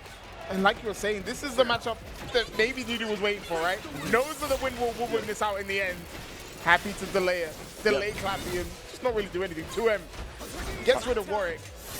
Connects. Are you going to send Fury? No, doesn't have to do it. Jabs out. Brave. And actually forces the breakout of Nudu. Surprised he would go for it here, as if King Rasta does not mess this up, yeah, that is going to be a dead Yasuo, and going into the next round, Nudu is not going to have his break available. Yeah, that was a big gamble, big bet. And it pays out on King Rasta's side at the moment, but still has to capitalize on this, right? Find the hit on this very patient Yasuo Echo player. Absolutely. The flip can't actually hit out and gets thrown into the corner for their trouble. Yeah, and to add on to that, what you said about a patient player, we've seen both these go into like the full distance. Both times the clock glowing red as it's counting down. But now we see King Rasta off with some great momentum. The Bloodlust is ready to go. However, it does send him a little too far away to actually capitalize off some Oki. The crowd howling as it does find opportunity to tag into the Echo. Interesting little mix and a great conversion from Nudu. Just keeps it simple though. Yeah, wanted to get the Yasuo out. Didn't have a lot of life to work with. Overhead connect. It's decent damage. Break will be available for Nudu now. Had to wait after spending it at the end of the last round. Reset. Ooh. Out. Good tech on the throw. But the raw overhead connects. No confirming to any damage. Maybe waiting for break, but the throw will connect. And now King Rasta in a great position. It's just Yasuo with Fury. Yeah, Will okay. spend it late to late. Smart from Rasta, even smarter from Yudu. So he's down to that final touch to finish things off, and a very, very difficult situation to keep track of, right? So much stuff happening on the screen, and just like that, King Rasta able to slip right behind, claiming first blood, right? That first game to his name. Important to get a good start as well. Want to keep that momentum. Want to keep lives in the back of your pocket, right? You only have one of them. You want to get into this reset. Nudu though, looking to close it out like he's done before. This is probably the second game Nudu has lost all tournament. We'll see how it affects him as we get into this game number 2. We've seen like the modes of patience, right? Waiting for the projectiles to be on screen is like, okay, here's where I need to navigate. That's exactly how Nudu has tried to play it against his Jinx when Echo's on point. Yeah. Works out there for him. We'll find a hit. And back to the corner we go. Yeah, can set up the burrito, but good break actually to get out of the situation from King Rasta. Wow, okay, daring to press there on the handshake. I'd be normally really, really afraid because just that's a slowdown. Your opponent can observe what you're doing, and at that space, right, it's very easy for Yasuo to get the anti-hit. But King Rasta coming out on top of it anyway, with Yudu having to spend that break there to put Echo onto the field, not suffer too much damage, and allow Warwick to build enough Bloodlust gauge. But ends up finding the hit against Jinx here, and that should be a dead character. King Rasta is now just down to the Warwick. Yasuo is quite low though. Definitely an opportunity for King Rasta. Gonna find a way in, that is. Look, Nudu's just happy to sit back, go into calm stance and say, hey, look, I'm waiting for you to do something so I can react. Yeah. But even then, finds a way in with that Echo assist. And has 3 bar to work with on that Yasuo. Probably not going to spend all of it. But very reset. Next hit would kill if he finds it. Straight into level 3. Almost catching the back dash on block there, but it's going to be the Echo lining to confirm. Keeps it nice and simple. Attempt number 37. Surprised they hit from behind like that. That looks absurd. It has a weird hitbox. Yeah. But it works. It works. Now, Nudu trying to impose himself on King Rasta here. King Rasta does have that break advantage to go into the game. And people haven't been able to deal with this rocket that King Rasta's been saying. I don't know what it's about specifically. Maybe the way he's advancing with Warwick has made it quite difficult. But still, we'll force the break out of King Rasta. To the corner we go, though. Yeah, some good damage. Unfortunately, I don't think building any of that Bloodlust with Warwick in the back there. Still able to keep Yudu back towards the wall, but looking for that tick throw, and Yudu ready. Decides to just jump out. Able to land a great combo here, and that's going to be a dead Warwick. It's just down to King Rasta's Jinx. We've seen comebacks possible on both of these characters, but nevertheless, it's a Goliath task, especially against a customer like Yudu. Yeah, because they find a way in like that. That's a punish, by the way. Great timing on the freestyle assist there. Mickey Nato. Reset! Yudu so aware. Looking for any opening from King Rasta. Another one. Do it again. You don't need to, right? Surely. I mean, you actually do. That's enough, that one. Hold on. Oh, falling down with buns. Air throw. Down to that last touch here for Rasta. Go straight into level 3. Is that dead Echo? Yeah, absolutely dead. Oh, okay.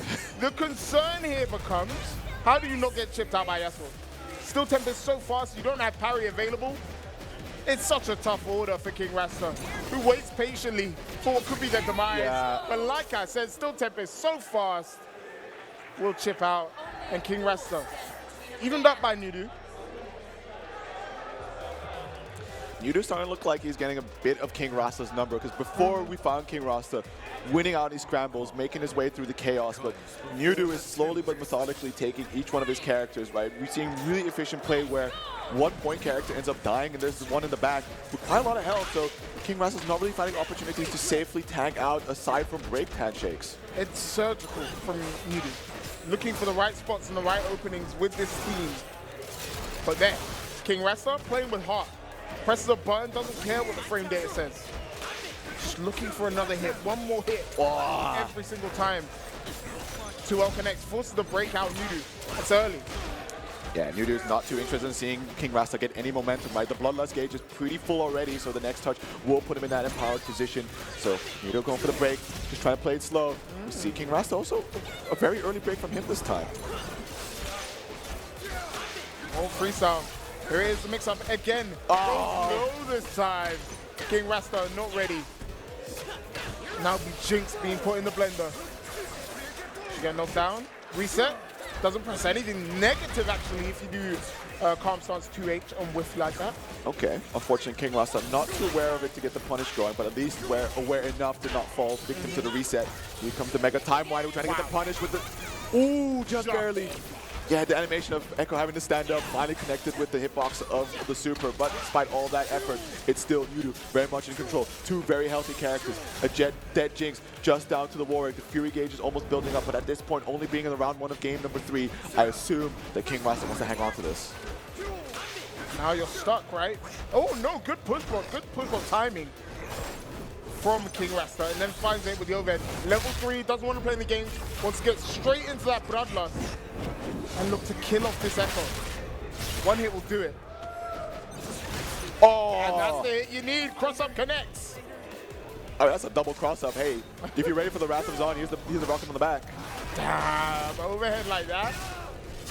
Fury will be available from you, dude. But do you spend it? Do you foresee a chance that you can win this? It's going to be one opportunity here for Nudu. He does have that level 3 on the table there for Yasuo. Quick OTG, looking to jump out, escaping from the demon flip, backing away. Do it. Do it, Nudu. Listen to your demons. We got 10 seconds left on the clock. Oh. But shit is enough. Maybe too patient from Nudu there. Gave King Rasta time for that assist to come back up. Yeah. Just checkmate situation at that point. Yeah, especially with Nudu really prioritizing backing away, which at the same time I can understand, right? Warwick is so deadly. If you are just playing inside of his effective range, where he has that bloodlust, he has those extended combos that can really do a lot of damage, you'd rather try to create a little bit of distance and play with some of the longer options from Yasuo's side. Waiting for that assist to be back. There's the second rocket, but hits Echo, which gave Nudu's Yasuo a chance to press a button. Couldn't confirm into any damage. Judgment cut. Oh. Doesn't connect. Jinx gets slapped up for her troubles as well. Backing away, looking to create a bit of space, waiting for Jinx to come back on the table. The calm stand.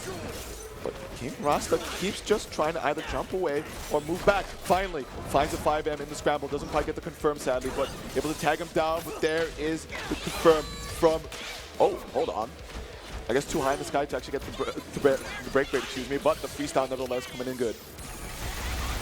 Punish. Absolutely. And this Echo is very low. Before he dies, he'll be able to do something to help out his team. Level 3 available. Do you spend it? No, just wants the Oki. Has to be perfect. And it is. The sword connects. Not a punish. Can't confirm after that. A chip is available. What a time winder into assist from Nudu. Great awareness. And now it's just Warwick. He runs up 5M. Bravery. Right? Because that Warwick 5M is definitely longer range. Yeah. But just didn't believe that King Rasta will press it in that moment. And that gives Nudu a chance to put themselves on 2. Yeah.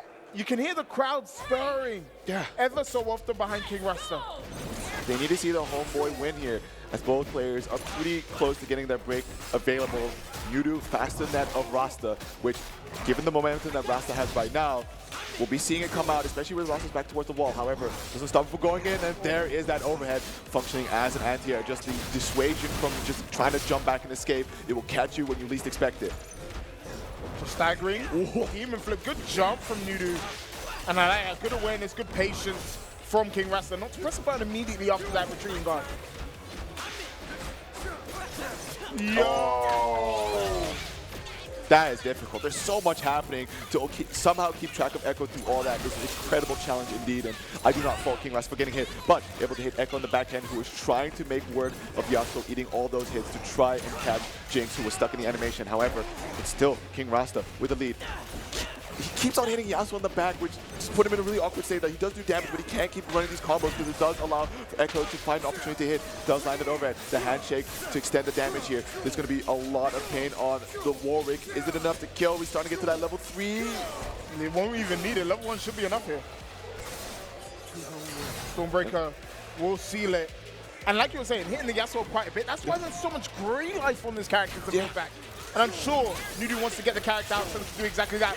Great run forward to punish the lack of anticipation from King Rasta. It could go into time wide. He tries to reset, doesn't get it. Hits counter hit JH, no confirm. Overhead. Oh, a low crush. Oh my goodness, from the overhead there. Just hammering down the pressure.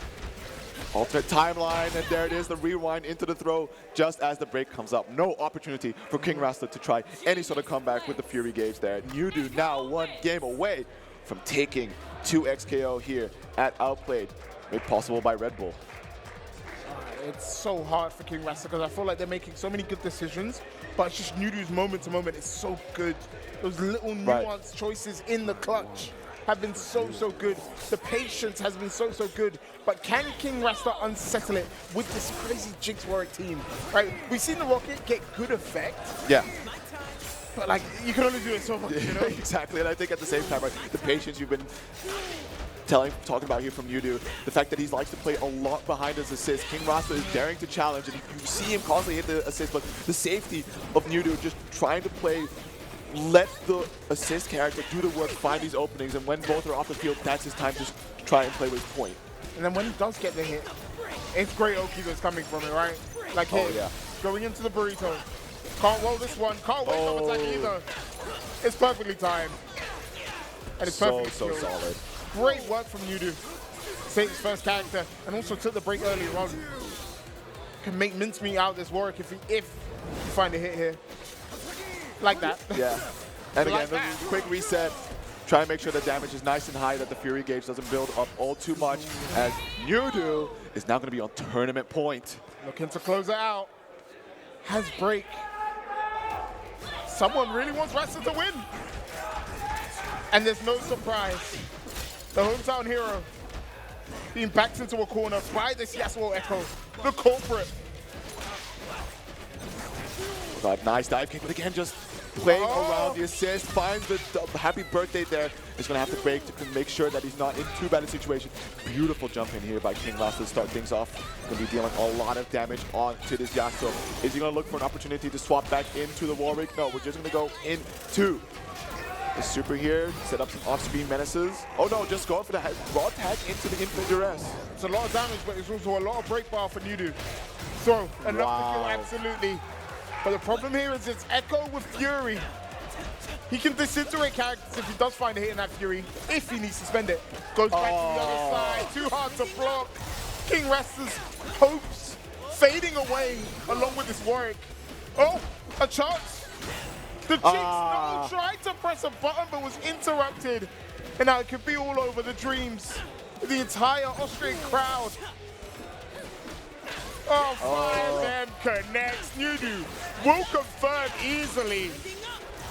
And that is going to be all she wrote. Newdo is your Outplayed 2026 2XKO champion. Fantastic stuff there by Newdo. Unshakable.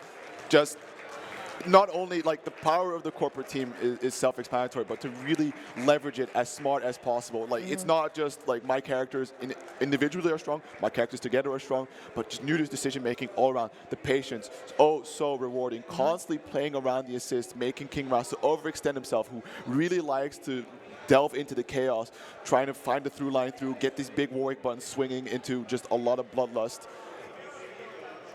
And it was about minimizing risk. Yeah, absolutely. And he did that so well. But we're going to be going to our winner's ceremony right now, brought to you by Red Bull, to give these guys some fanfare for their top 8. And especially Newdo, right? Because like the assistance here from Red Bull for this event is going to be a nice bonus going directly to the winner.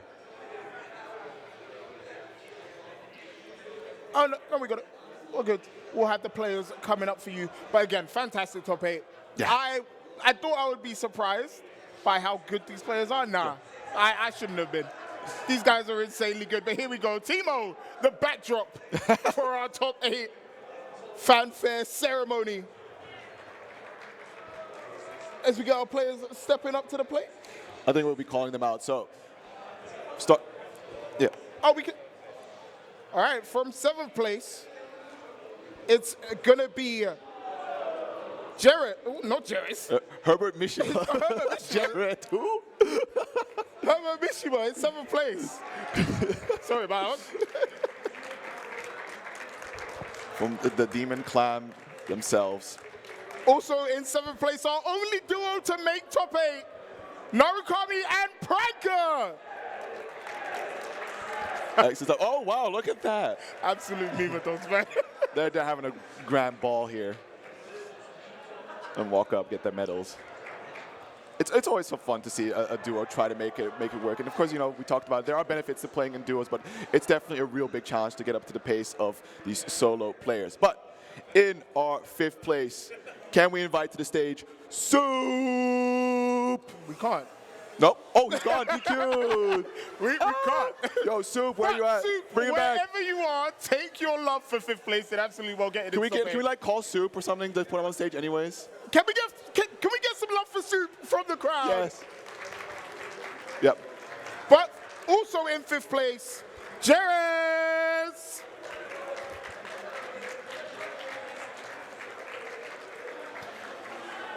Yeah, very nice indeed. Unfortunate for Soup, my bad. Alrighty then. And then on our podium for 4th place, Herba Silencia.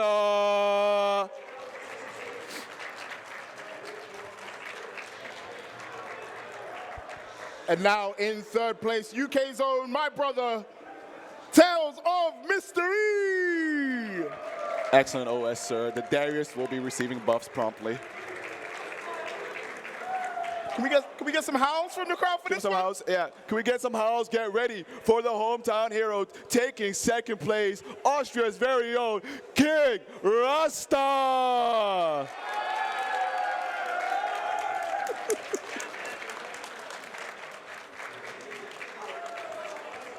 And now, presenting your Outplayed 2026 2XKO champion, none other than Nudu!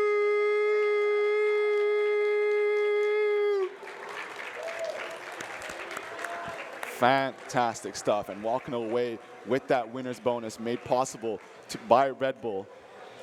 Incredible work from you, dude. Absolutely deserved, right? Yeah. Deserved for how well they played the team. Oh, There's yeah. a lot of people that pick up this team and they're like, yeah, this is good, this is strong, I can feel it. But it was the patience. Yeah. It was the wherewithal to look at the situation and say, I'm not going to be rushed. I'll take my time. Art takes time to present. Yes. And that's exactly what Nudu did. They'll take it. And that's one of the last tournaments we're going to have before the new patch for 2XKO. I'm really excited to see what Riot has in store, because like this is the release patch, the 1.0. What are we going to see? Because we talked about, right, some people feel like a little stale. So Yep. how are they going to shake this up, right? How is it going to be with the 1.0 release? So we're gonna stay tuned for Frosties at the end of the month. Yep. I think that's going to be the first with this patch. So a lot to look forward for this game. Absolutely. Once again, thanks to Red Bull for sponsoring this event. I've been Yurka. Joining here with me is Dunk. You want? Okay. Yeah. Apparently they want to learn more about us. You go first. I mean, there's the ad. I'm not too prominent online, right? I do appear from time to time with these things like Blaze Blue, Exerd, and as well as some Strive commentary here and there. So definitely, if you are interested, look out for me. But Help! Dunk, you have a lot more to talk about for sure. I don't know if I do. Look, man, I love 2XKO. I play the game. I'll commentate the game if I'm allowed to. Yeah. But you can catch me on down there, Yeah. socials, but also Reversal GG. Set and reset happens for 2XKO very, very often. I'm sometimes on it. If I'm on it, come say hi. I love seeing you guys in the chat. I love the energy that people have for 2XKO. I love everyone in chat, everyone in the crowd. Production has been fantastic. Outplayed team has been fantastic. Yeah. So I think we're done for the time being in terms of tournaments, but Outplayed is not closing its door just yet. We got still a lot of actions happening here at Offline. So, I mean, like, listen, Outplayed, make it your destination. This place is Absolutely. fantastic. The staff works so incredibly hard. They take a lot of feedback. They put on the best event they can. And, you know, add on to it. Just extend the weekend a little bit more if you want to make your travels worth it. Vienna is a beautiful city with a lot of culture, the architecture, the art. It's a wonderful time to just make it a vacation out of it. Yeah, I'm about to go walk in the snow. There you go. I am very excited to do so. To walk through the snow, that's dedication just for the art. But no, it's been fantastic. Definitely going to be here next year. From us, Yeah. been we're being instructed to wait. There's people talking in our ears, but We're not crazy, we promise. really, time to wave. Bye-bye. It's been a blast. See you all next year.